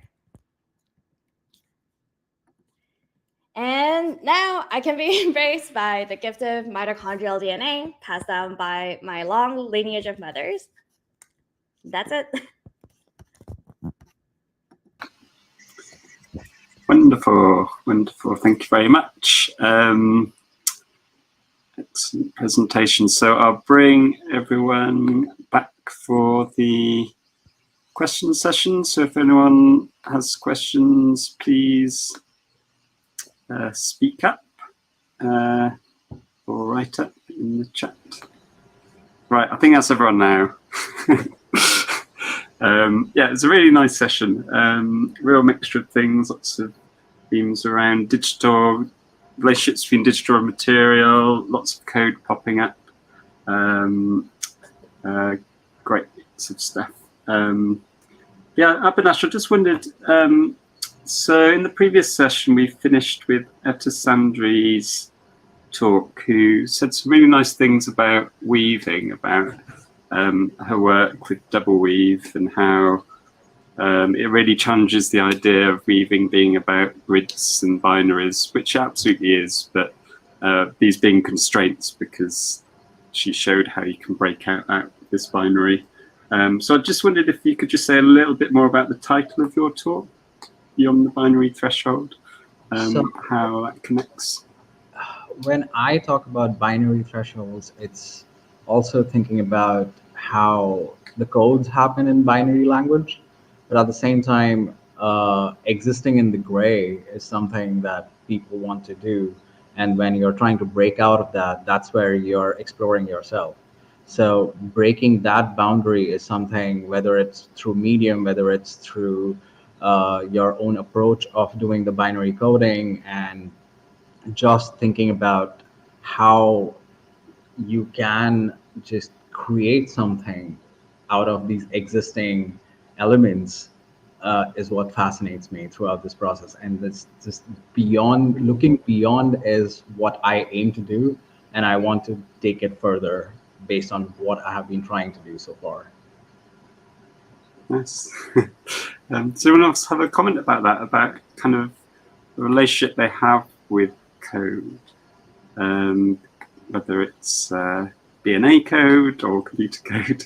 Because people who aren't familiar with working with it think of it as being so kind of clean, formal, and there's part of it that it really is. But when you start playing with it, tweaking these little things like you were doing, Jessica, it really becomes sort of so many possibilities. And it's not like everything is contained within a digital computer, but the experience really isn't so binary, I think. Yeah, would anyone like to jump in? Yeah, I know, like being able to like parameterize things and like going between like a 1 and a 0 or 0 and 1 or whatever, and like you didn't code anything to actually handle that, and you're like, I have no idea what's about to happen here, and sometimes it just turns all black, and you're like, okay, cool, and then sometimes it just like explodes into something that like you had no idea. It's really also like the fascinating part there is like you are trying as much as you want it to be out of control, you at the same time trying to control it, and in that control you end up having like 10 different results, and then you're like, okay, which one do I go for? Yeah, and I guess at that point you just have to look at them, like in your grid, Jessica, and the one that you follow jumps out at you in a way. So it's like working with it as material, and then you have these two different worlds of like the code and the result, and you're jumping between them, and they seem so different, but one follows from the other, and then you see the result, and then you're led by your perception, I think. Does that kind of ring true, do you think? And I'm also thinking that like what's nice about like the live performances too is you can actually like guide people through like a whole like all over the place and show a bunch of different things. Yeah. I think bringing this kind of thing into a live performance is really interesting. And it makes me think about the role of pattern maker in terms of heritage practices like weaving. It's so it has so much cultural meaning, like the weaver in heritage practice, which doesn't mean that it's a practice that's in the past. It's very present and continually developing and innovating all around the world. But the weaver has a place in the culture, whereas programmers, it's just seen as just a job or something. But when there's someone on stage visibly doing it and creating experience that people are enjoying around them, does that bring any thoughts to mind, Sally, as a weaver? It's kind of and a coder as well. It's sort of, do you see yourself as a coder and yourself as a weaver? Do you feel like you have a comparable kind of cultural position? Oh man, but I feel like as a coder, I do it for mostly my day job. But it is definitely a medium that I feel more comfortable with. And there is, I feel like it is a good bridge across different materials, like right from biology. It's because at least for like processing big amounts of information, like coding is great. So whether that information is like going from DNA to a loom, like I don't know how else I would have been able to do that without code or without my Python script to actually make that instructions for me. So I think for me, I think I often do, especially maybe because like also I do like a lot of the tools that I build for my day job is also software for artists, even though it might be something like very specific for a game or a movie. I think I often do think about like creating like new platforms, new processes, or like new pipelines from going from like one idea to like a new medium. Nice. And Jules, yeah, so yeah, what I got from your present, I mean, the software is lovely, but it's nice that you were sharing something about how it worked, which maybe isn't completely obvious in just using it. This idea of the function being passed and being wrapped in another function as it goes down, which Sally was appreciating in the chat. Yeah, I really like that. I thought that was really cool. Yeah. But I was also kind of curious about like, do you have any like issues with types? Yes and no. Like it's like a big. Sorry. Oh. Yeah, no. Yeah, it's a kind of a big mess of implicit conversions all around, but then on the user side, it's nice because like you just write a function. For example, you can write a function that takes a color, returns a new color, and then automatically you can apply it to an image or just a single color or to whatever, and everything happens under the hood. Yeah. But yes, yeah, it's a lovely thing. Yeah, so I was wondering if how you feel when people use the software. Do you really want them to know how it works inside, or are you happy for them to just? Not really. I guess this is a kind of conference where I can talk about it. You can also just use the software and just be happy with it. But yeah, that was one of the design goals, was to be both very easy to use without knowing what the code does underneath it. But also for people who know shadow programming, for example, I wanted it to be very easy for them to add their new nodes. So, well, it's very cool for me because now I can add nodes easily, but also I can explain to someone in like 10 minutes how to do it, and you just create a new file, put your node, and it appears in the software. So that was an important thing for me, yeah, to be both easy for non-experts and for experts to just do whatever they want with the software. Yeah, and be highly customizable. Yeah. Yeah, my title software works in a similar way, just passing functions around. But it feels like it's going against the grain a bit with programming, and you can hit various problems. But I suppose a lot of shader coding works in similar ways, really. But it's nice to see it visualized as if it's a data flow, even if it isn't. It's kind of works very well. Yeah. But yeah, it's like also I've got comments from like people who know shaders who were like, well, your thing is backwards. I want to do this and then that and then, but for people who don't know what happens under the hood, I think the order is like the intuitive one, where like you got a shape and then transform it. Even though in shadow code you would first compute the space transformation, like the grid transformation, for example, and then use a compute disk based on that new coordinates that you computed. So someone who is used to shadow would think it's like grid and then disk. But yeah, I think the other way around is more intuitive when you don't know what happens. So this is the flow we're going with. Yeah, I don't understand shader coding, but I can see Jessica nodding away. So right at the start of this salon, there were it felt there was quite a separation between people working with physical things and people working with more digital things, but I felt in this session that distinction was much more blurred. And it was nice having, for example, you, Abinash, talking about how you looked into what was it, origami paper folding with cuts, and seeing how that, if I understand right, influenced your digital work, and then how that could feed back. And there was a question about, I think it was for you, about if text will come back into your project at that point. Does that ring true? Text. You work with text? That's like, I would like to mention Fabian and Shannon. They are my advisors and mentors. So okay. good to have them here. So text will definitely has been a big part of my overall work because I have been a graphic designer before and I still continue to do that work. So typography and moving typography has been something that I want to include.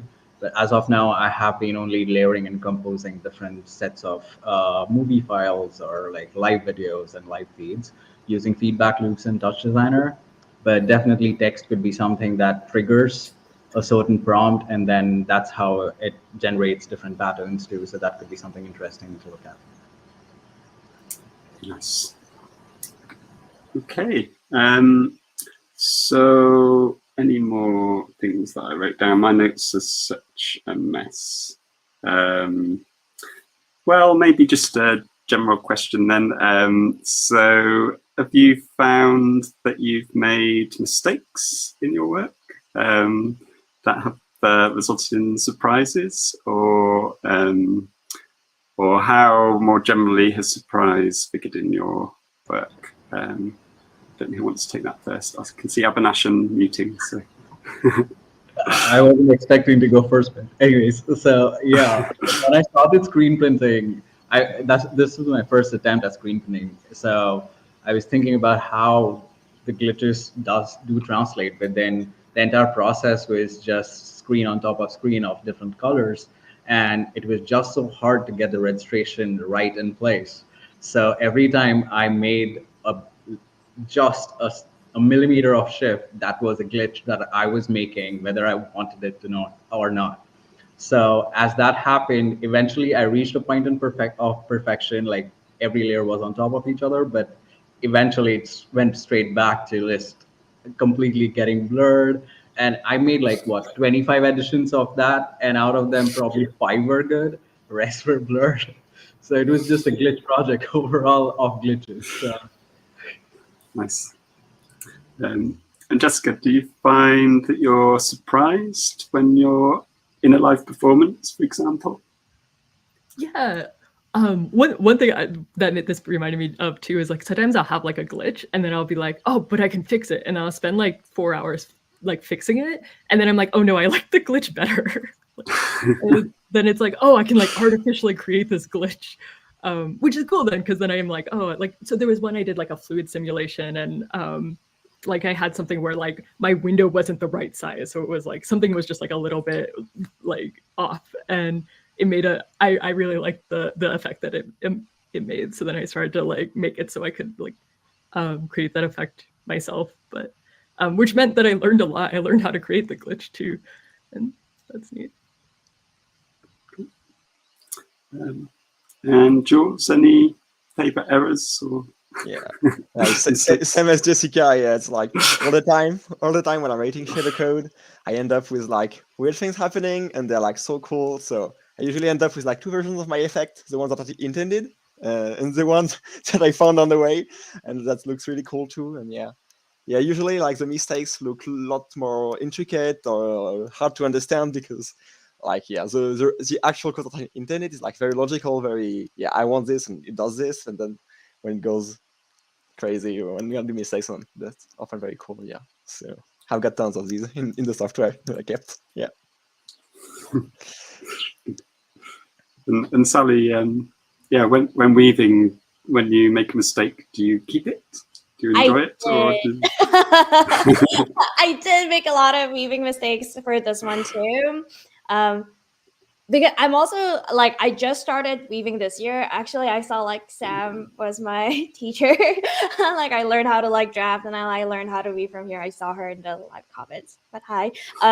Yeah, but then I think I'm still like, I haven't done it enough to like know what like a good tension is or whatnot. I would drop my shuttle like as it's going through, and then I will have to pick it up. It would have like overgone like a thread or not, but I actually kept a lot of those like mistakes that I make too, and I think it kind of aligns with I feel like the ethos of the project, where it's like the mutations that like differentiate us from like the mitochondrial Eve and like made us us. And also the kind of idea that even within biology, like, right, even the mitochondria and the mitochondrial DNA, there's always this idea of having duplicates of the same information. So I feel like even within my weave too, it's like repeating like 12 variations. And I felt like there was like those ideas of like mutations happening, but also having like enough duplication to like keep the information kind of as part of it as I was making some amateur weaving mistakes. Yeah. Okay. So yeah, so if we translated your weaving back into a person, you might be slightly different. Yeah, might be. Wonderful. Okay, unless there's any more questions, I guess that would be a nice time to wrap up. Thanks again to all our presenters. We'll be back in a little over half an hour. Hope you can stick around for the final talk from Renee and Kofi, and the closing ceremony, whatever that will turn out to be. So thanks again, and yeah, see you shortly. Thanks. Bye. Thank you.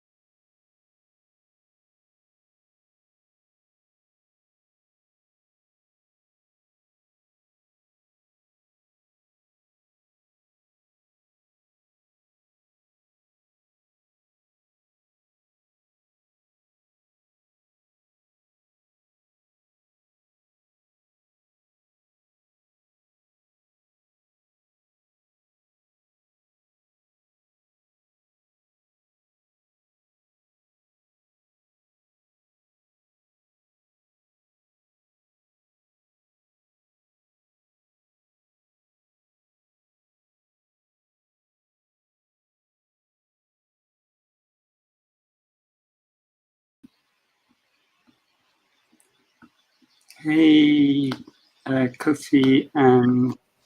Hi, Alex. How are you Hi. doing? I'm good, thanks. Yeah, I just thought we should check our microphones working all right. Okay, I think. Good to see you again. Nice to see you too. Just make sure my. I don't know why I just set it to the headset, and for some reason it switched. Yeah, audio. I should check I'm using the right microphone actually. Okay, let's see, connect. Yeah.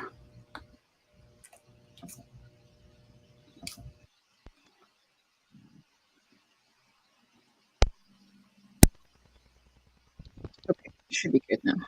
Can you hear me? No. Yeah. Oh, you could? Yeah, I can hear you now. Yeah. Okay. Oh no. Okay. Yeah. Whoa. Because it was not working. I'm like, I know I tested this literally yesterday, Right. and then I like pressed like 5 different buttons. One of them was right. Let me just change the color of my background. Okay, 1 second. What did I do? You are a little bit quiet, maybe, Kofi, compared to. Yeah. Hold up. Let me try to figure out why. Why is this happening? Why? Whew, hello? Yeah, I am a bit low. Am I louder now? Yeah, you might. Yeah, I think Am so. I louder? Yeah, I think so. Good volume. Um, Hold up 1 second. Is this better now? Maybe. I'm not sure. Am I really. okay? Now I'm good? That sounds good, yeah. Okay. Yeah, it was automatically adjusting my mic volume. Oh. So, you know how it is with generative stuff, right? Yeah. Literally the whole point of this conference. Yeah. Okay. It's me cool. Am I pronouncing your name right, Renee? Renee. Renee, right, sorry, yeah. It's French. Right, okay. Cool. So yeah, we've got 7 more minutes. So oh yeah, let me like open that slide up. Oh yeah, we can test that as well. Yeah, let me.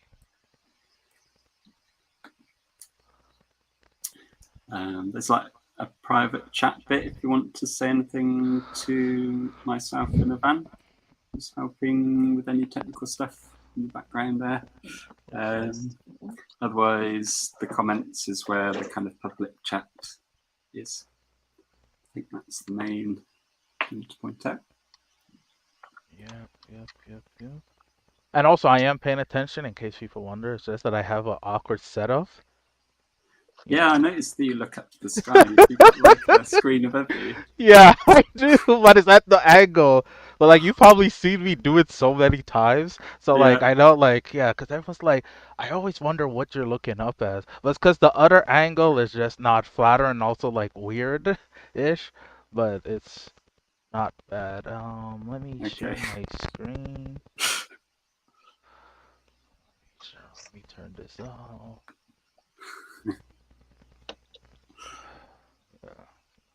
Present. Okay, share screen. This worked yesterday. Did you get it queued up? Okay. And then it works.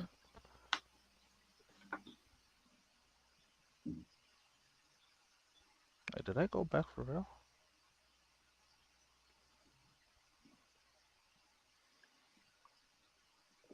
Looking good. Hold up. Why is it like... Oh no, okay, it's me. It was me. I'm like, why does it keep going backwards? But I think it was me.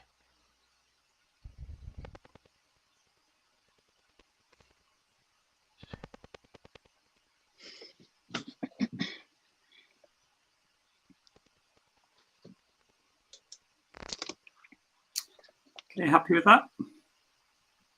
Mm-hmm.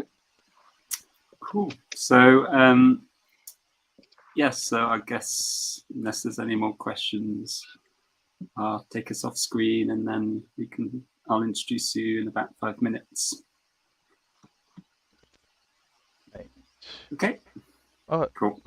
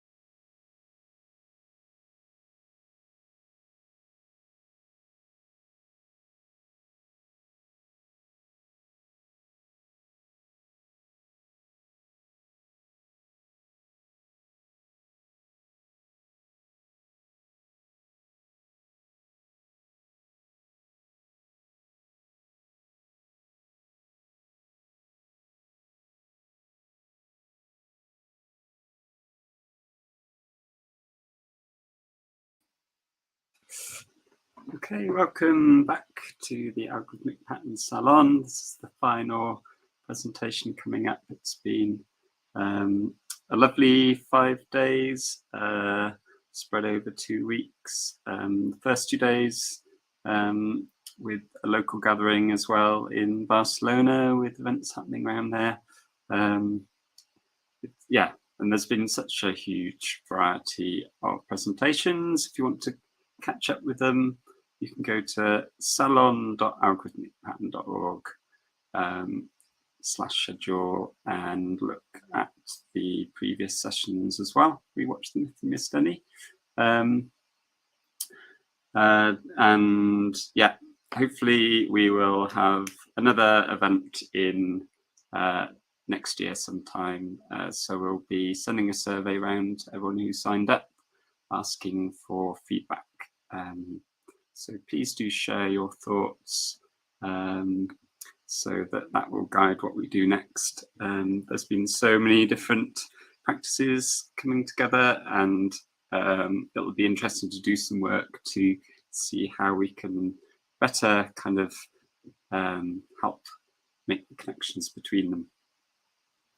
Okay, so the final talk. So we had many submissions, many more than we expected, and so we've had a really lot of talks over the last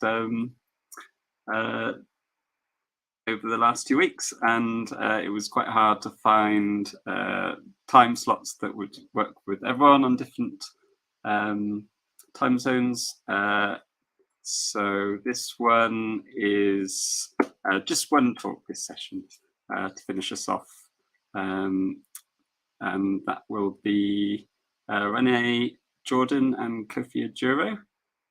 So I'll just welcome you both to the stage to introduce yourselves, please, and can talk about your presentation. Thank you.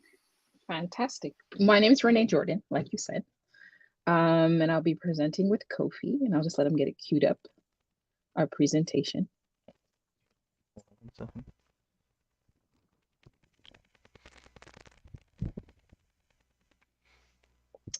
So coils and curls, a mathematical tapestry of Black hair.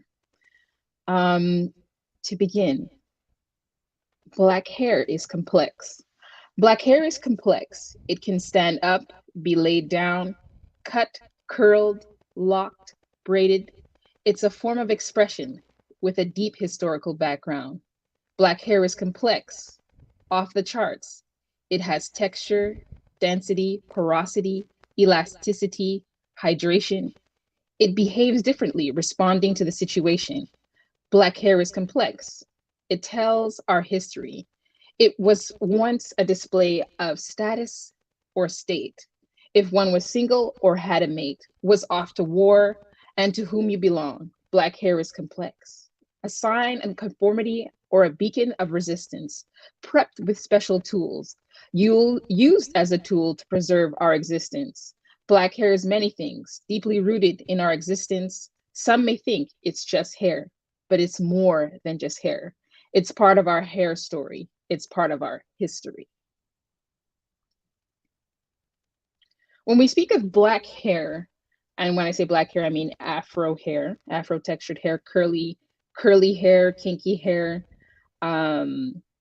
We have to start at the root. So starting at the root of our hair, we begin with the follicle. So the follicle, which is inside of the head, which is inside of the skin, the dermis and the epidermis. And sometimes it can go as deep as the subcutaneous levels. It takes on a shape. So if we think of the cuticle like sort of like a sock that holds the hair inside of it, and the shape of this cuticle is how it will express itself outside of the head. So we see the O shape, and then we see the C shape, and we have the J shape as well. And then if you look at the image on the right, you can see it inside of the skin, the pink layers being the layers of the skin, and how it emerges based on what it looks like from within that pink layer inside the cuticle.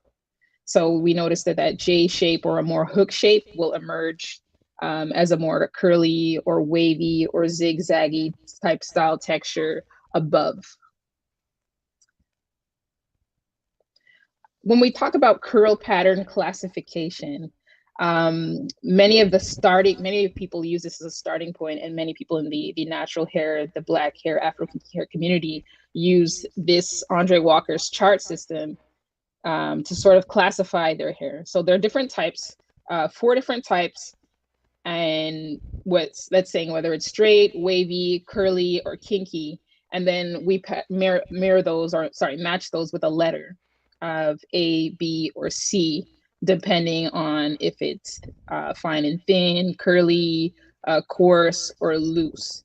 And this was like sort of accepted as the first curl or first classification system for hair.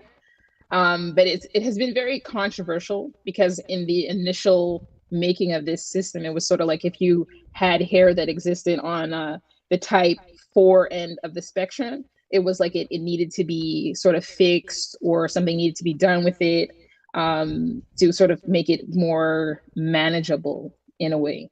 And it didn't really quite help in terms of classifying like how hair can be, because there are different types of hair all existing on the same head. So even if you're just looking at my hair on my head in front of me, like you could see very loose texture in the front, and as you go to the back, it's very tight textured. So for me to be classified with just one thing wouldn't quite do justice in terms of trying to attribute to any type of treatment, hair system, shampoo, conditioner, or whatever it is that would need to be assessed to follow up with any sort of treatment. So one way of, or an alternate way that was looked at by another person in a very deep paper was to sort of consider hair in a more quantitative geometric and structural mechanical parameters. So she was looking more at the contour length, which would be where one curl starts, where one loop of a curl starts to where the other one begins. Also the peak to peak of a curl. So if a curl is waving, we would look at the peak of the top of 2 of the waves and try to measure that as well, the thickness of the fiber. And that would be a more deeper approach in terms of trying to examine someone's hair to determine, okay, well, this is how this needs to be treated, or this is how we need to look at this hair to get it into its best shape, best health, and best condition. When we look at the picture on the left, when we look at the anatomy of the head, when we look at it for Afrocentric hair, for Afro hair, we look at the top of the head, the crown, the side, the nape. You can actually have different types of hair. Your hair can be of a different quality in all of those places. So like I showed you before, at the nape of the head can actually have a different curl pattern, sometimes maybe even looser than alongside where the occipital bone is. And all these things need to be taken into consideration when treating curly textured hair, and even when cutting it, because given that it doesn't necessarily fall straight down because of the kinkier texture of the hair that lands at the back. As you can see, my hair is sort of raised out like this way rather than falling flat down due to the hair at the nape that is of tighter texture. And Kofi, you can continue with the part on the right. Yeah.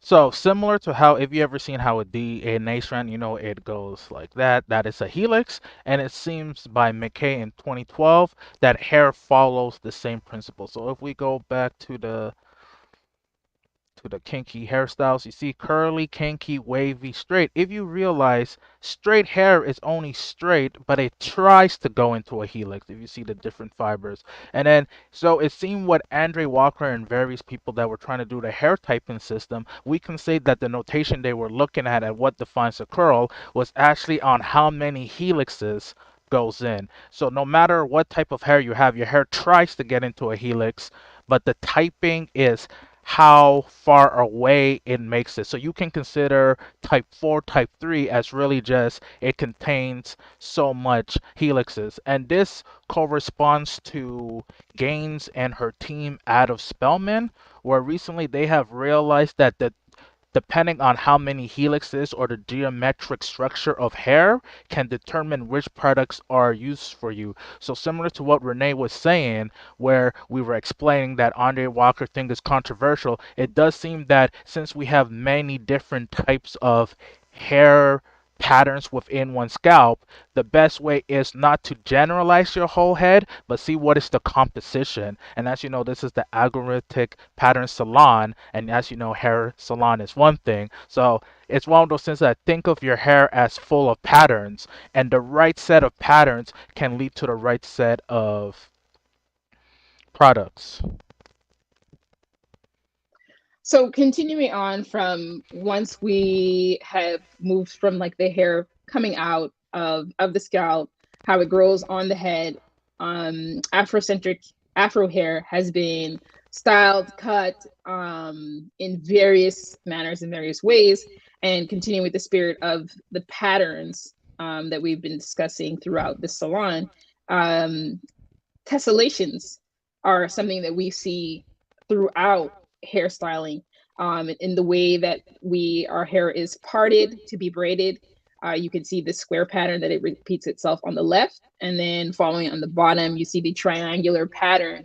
And there's also has to be consideration for the shape of the head when one is trying to style hair in this manner, because you have to have enough space to sort of fit the pattern in.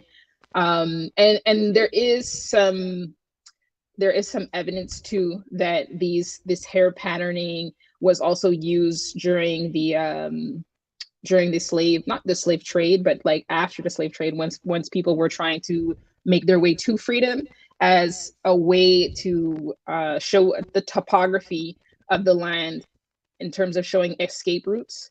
But there isn't much that is written on this, because it was meant to be kept as a secret. If the slave owners had found out that these patterns were being braided into people's hair, then as a topographical reference as to how to escape through the land, then it would have been stopped. So there hasn't been too much that has been written about it. Kofi? Yeah.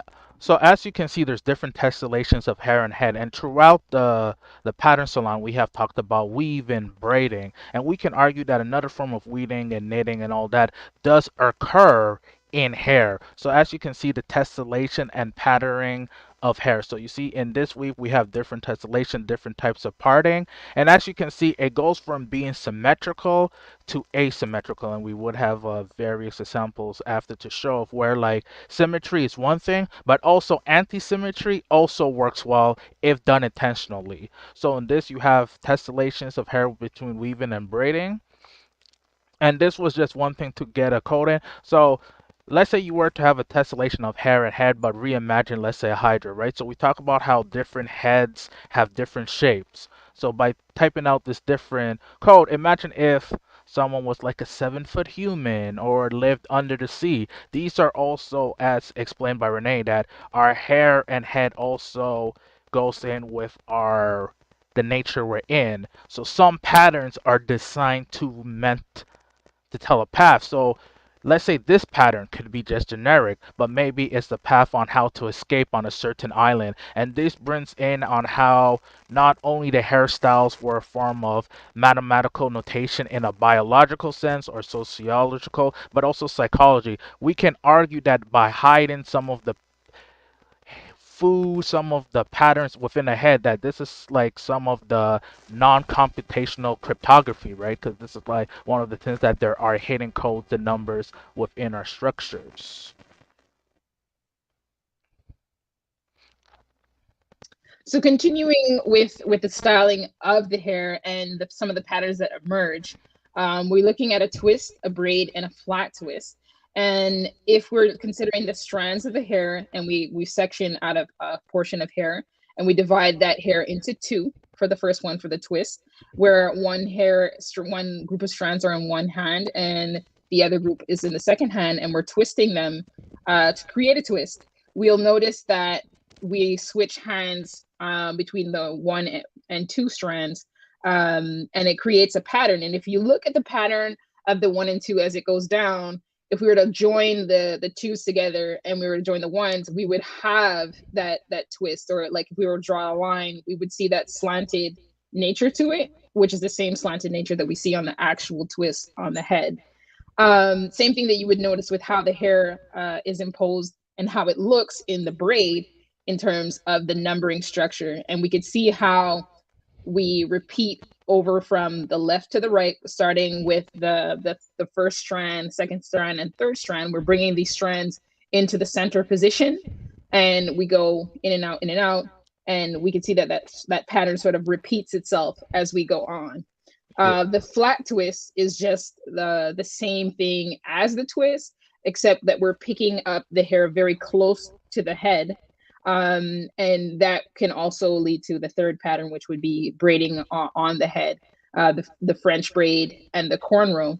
And we have that same patternage with the numbers in terms of the groupings of hair that we're moving into the next position, as you see per the numerology. And the cornrow that Kofi was talking about earlier in terms of hiding food or rice or seeds during the transatlantic slave trade. This was used to sort of, they could put things within it because it's like holding within the hair, things could be concealed. Yeah, and if you realize in the algorithm of the hair, you can switch to it. So if you look at the twist, it goes 1 2 2 1 1 2 2 1. So you can see how you can do a combination with just in this, right? You can go from a two-dimensional thing of 1 2 2 1 1 2, and then go 2 1 3. So you could turn a twist into a braid at a certain length. And you can turn then back a braid into a twist. So this is how you can manifest different styles. So even though it looks like a simple pattern, you have to realize that if you go on with the tessellations that we showed earlier on with the grids, that you can manifest multiple styles with even just simple things that's a 1 2 3 simple combination. So these are examples of different hair textures. So you see a dreadlock could be a mixture of it. You have the ponytail, the space tuft. Then you have hair, as you can see with the sample of JC and Lauren Hill, where different parts of the hair come with different textures. And this is where we started with the whole notation. So we wanted to prototype hairstyles. So one thing we decided on is that the base will be the afro, because we have realized that through every notation, everything when it comes to Afro-Caribbean centric hair, that if you go from the afro, afro is one of the starting points that you can get to every single hairstyle. The categories that we realized we had to stumble upon were between tools, such as combs, water as a product, hairstyle, and product. So, different hairstyles, you would have to use different, materials, such as, beads, bands, conditioner, shampoo. And then to avoid regional and stylistic preference, because even though there is a math to it, there's also something called ethnomathematics, which based on that do anthropology, sociology, we come up with math. So none of our notations included time.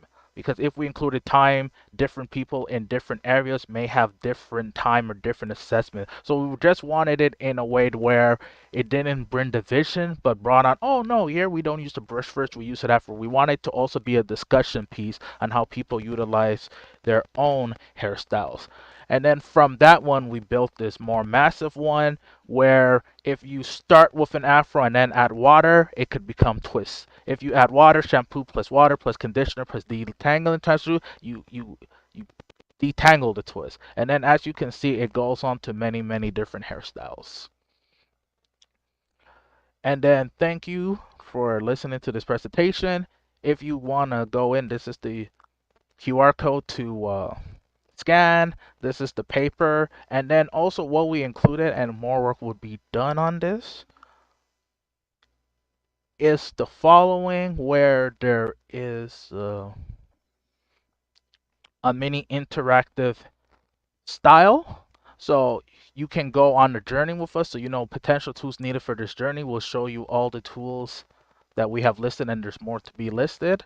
You can go to a glossary where you can find out what products can be in equation, what are the equations, what are the different styles, and what manifests in the styles. And since it's done in an interactive tool called Twine, there would be videos on different stuff, and just a way for people to go on their own hair journey. And there are plans to add more.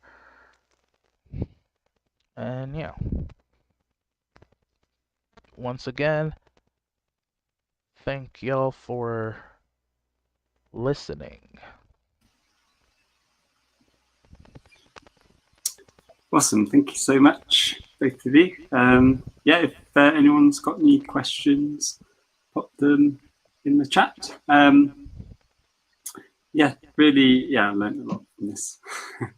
I find it really interesting that that hair is so much part of history. It's not something I've experienced, but I suppose Black people have always braided. There's no time when Black people haven't braided, so it's like this connection across the African diaspora. So yeah. Yeah, well, that's where it gets interesting when you go into a lot of the ethnomathematics, where like sometimes like there's a certain time like you shave your head, or like for example, it is known in West African culture sometimes you don't grow out your hair, and the reason why you didn't grow out your hair was because they're like with the bugs and flies. They didn't want it to go in because like how people get lice. So if you have shorter hair, the bugs cannot fly in. So like when they go to school, a lot of men and women will not grow their hair in certain boarding schools just to prevent them having to do the lice check and well not lice but any insects from going in. So there's also that aspect of like what hair is too long, when it doesn't become beneficial to your environment, right? Or like if you go in wintertime over here, wintertime I don't like to shave my beard at all because like if you live in cold climates your hair actually protects you, right? So someone growing their hair, let's say like in Montreal or New York, might have a different case than if someone's like in Barbados or Jamaica, where due to the humidity you might actually have to shave a bit more, not because you don't want to grow it out but because the mathematics of the environment itself can change how your approach to your hair is. I think there's also a lot of opportunity for combinations of different styles when you think of the different ways you can part hair, the different ways they could be braided, and like we've seen like culturally from different tribes, different patterns, different. Sometimes the braids are stacked, sometimes they're going up, sometimes they're twisted, sometimes they add hair, sometimes they do it with their own hair. And we just see like there's really no limitation until to how it can be done, even down to the fact that it exists in this 3D space, where once a curl grows, another curl grows on top of it. It's kind of stacked. So like when we cut it, we can cut it in all sorts of styles. We can make it stand up, and there really is no limit on the creativity. So even from, if we look in American culture from way back in the day to how people style their hair today, we are always coming up with something new. Yeah, and there's hair artists, right? There's hair competitions like where people will do like fantasy hairstyles. So people would add artificial hair with real hair and build all of these like complex structure. So it's one of those things that like there's so much math, right? Because it's like how much hair can hold up, how much water do I put in, how resistant. And then when you get into the stuff like dandruff, razor bumps, how often you cut your hair, and we haven't even talked about color. Like once you add like how much you bleach your hair, when you start having gray hair, what do you do? Like there's so much like on the spot decision matrices that we do that we don't realize. So like because I do know that when I accidentally, and I think you Alex were like, yeah, I don't have hair, I don't really think about hair, but like every day you make a decision, right? Like when do you put on a hat, when you do this, do you do this, right? So I feel like it's one of those things that like we take for granted because a lot of the math comes naturally, but we do aid it. Yeah, it's yeah, and the way you describe it, it's such a kind of rich kind of mathematics as well. All the different like describing a braid in terms of number transformations. It's like you're wearing numbers, but then it's not just numbers. It's that they have physical qualities in terms of being maps or holding physical things, or and it reminds me, oh, his name escapes me at the moment.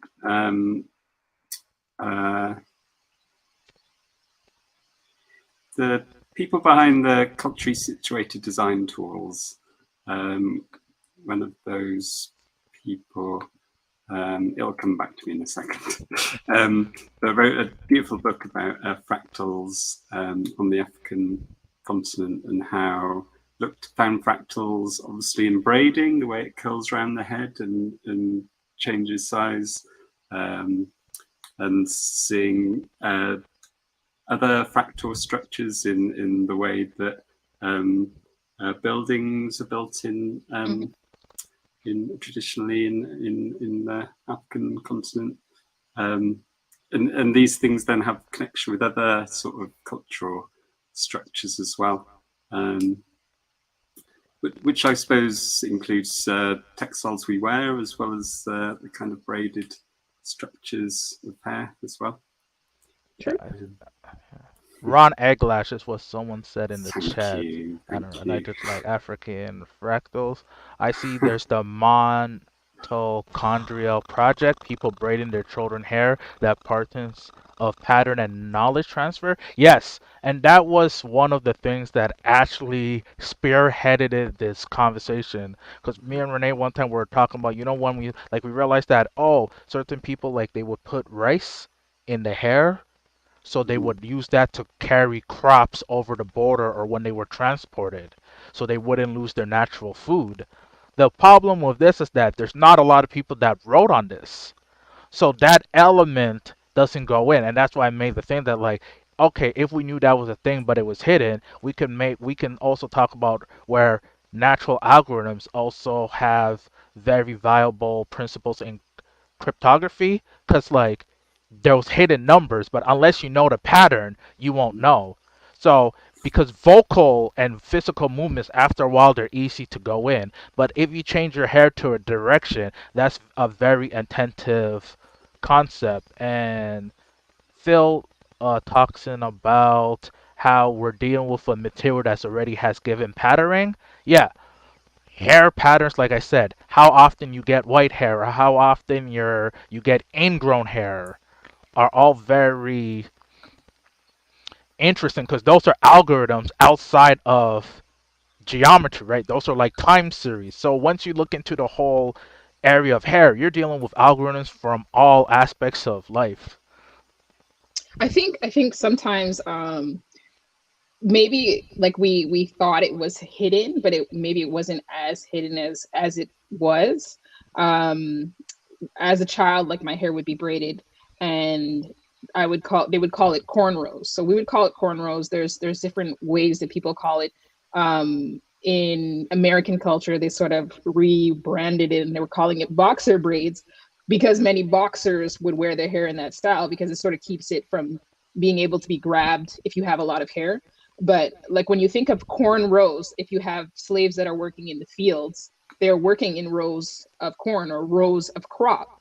So, just having that name, it sort of shows the root of the history of it. The name cornrows. It's like, okay, well, if you're putting them in a row, that's how normally crops are grown. And if we look at how we're parting the hair, with the rows going all back, or like if we part some to the side, we could sort of see like how that would represent the land structure.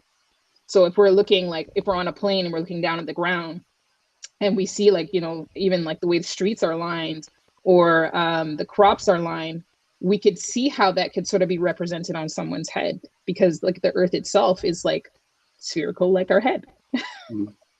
Yeah, and also the different names, because we realized this because one time we saw cane rows.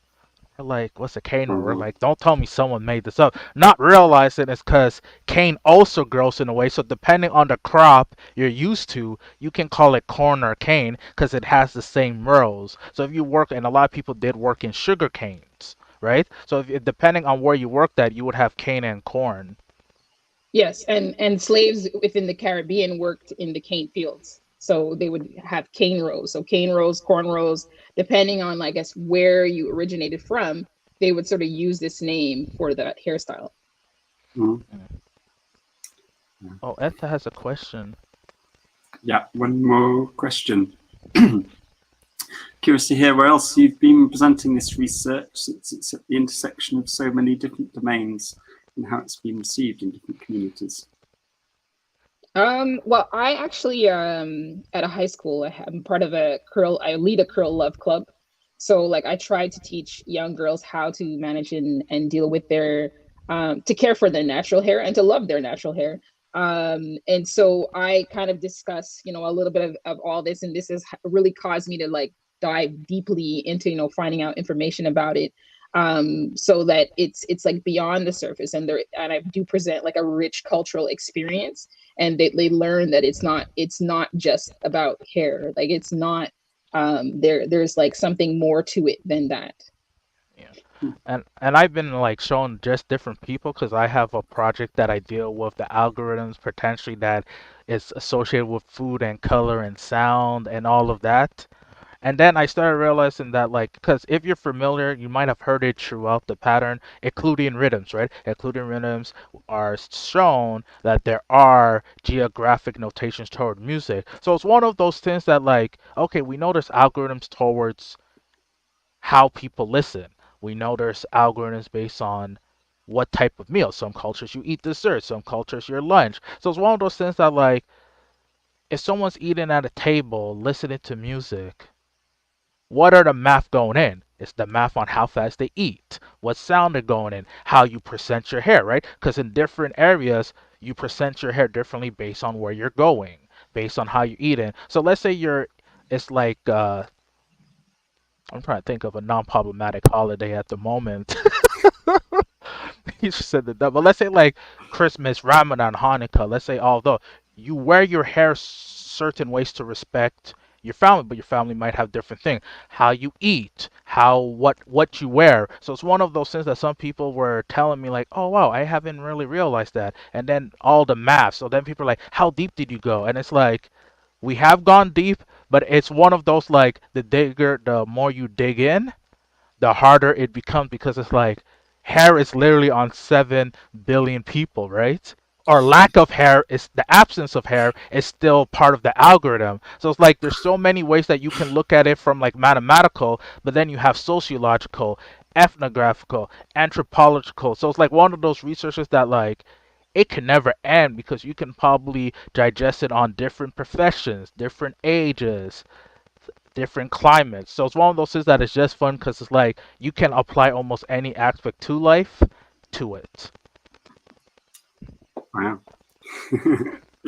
Great topic. Yeah. Thank you so much, both of you. Thank you.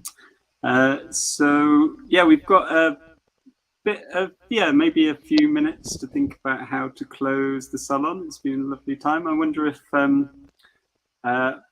we've talked about live coding a bit. Maybe we could do a little bit. Kofi said you might be able to join me. Yeah. In a Flock session. Okay, I've got a URL. I'll just share that with you. Let me try so let's present. Oh, you already have a link. That's good. Yeah. I mean, it's fucking wild. Okay, so hopefully you can see that.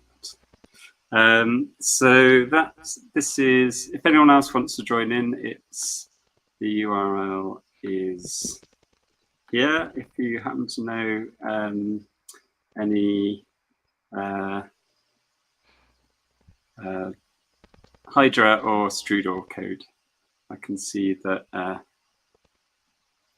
Kofi's already at the go. Yeah. So live code. And in the meantime, if you'd like to just type some patterns into the chat, any characters, and see what patterns you can make together. Yeah. And I'll try and think of something to type here. It's looking good, Kofi. Yeah. I gotta. Let me try to match that.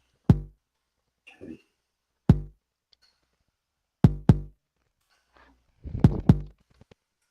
Oh, it sounds like a heartbeat. Yeah.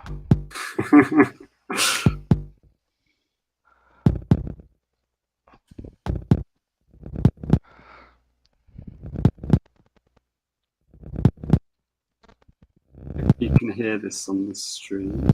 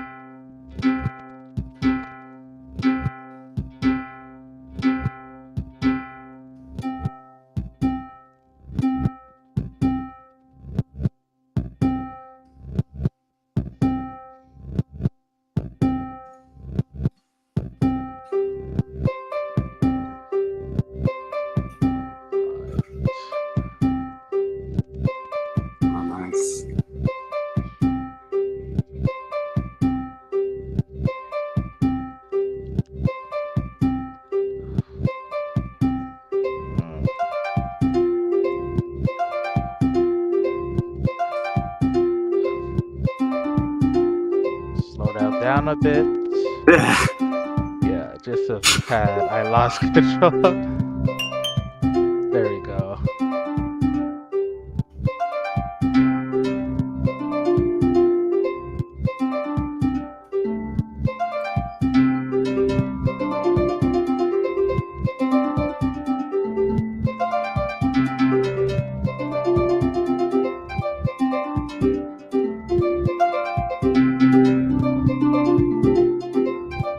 It's going way faster on the stream than on my screen. Oh, weird. On my screen it's slow, but no, it's still good. That's patterns.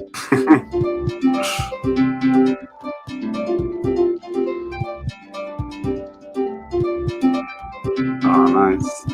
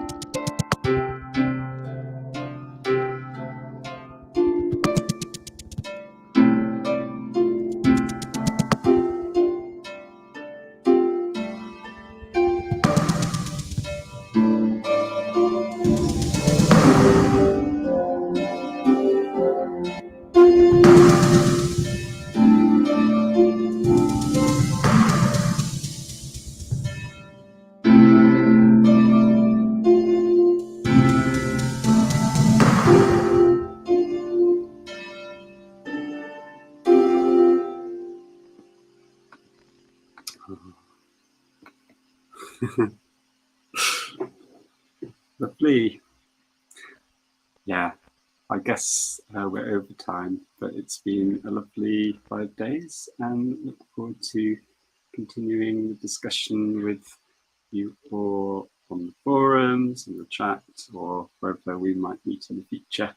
Thanks again to Renee and Kofi. You're welcome. Thank you for having us. It's been a great pleasure. And all the other chairs, Van, Vernelle, Laura, Lizzie, all the speakers and all the patterns and all the people before us making all these wonderful materials to play with. And yeah, wonderful. Okay, bye everyone. Bye.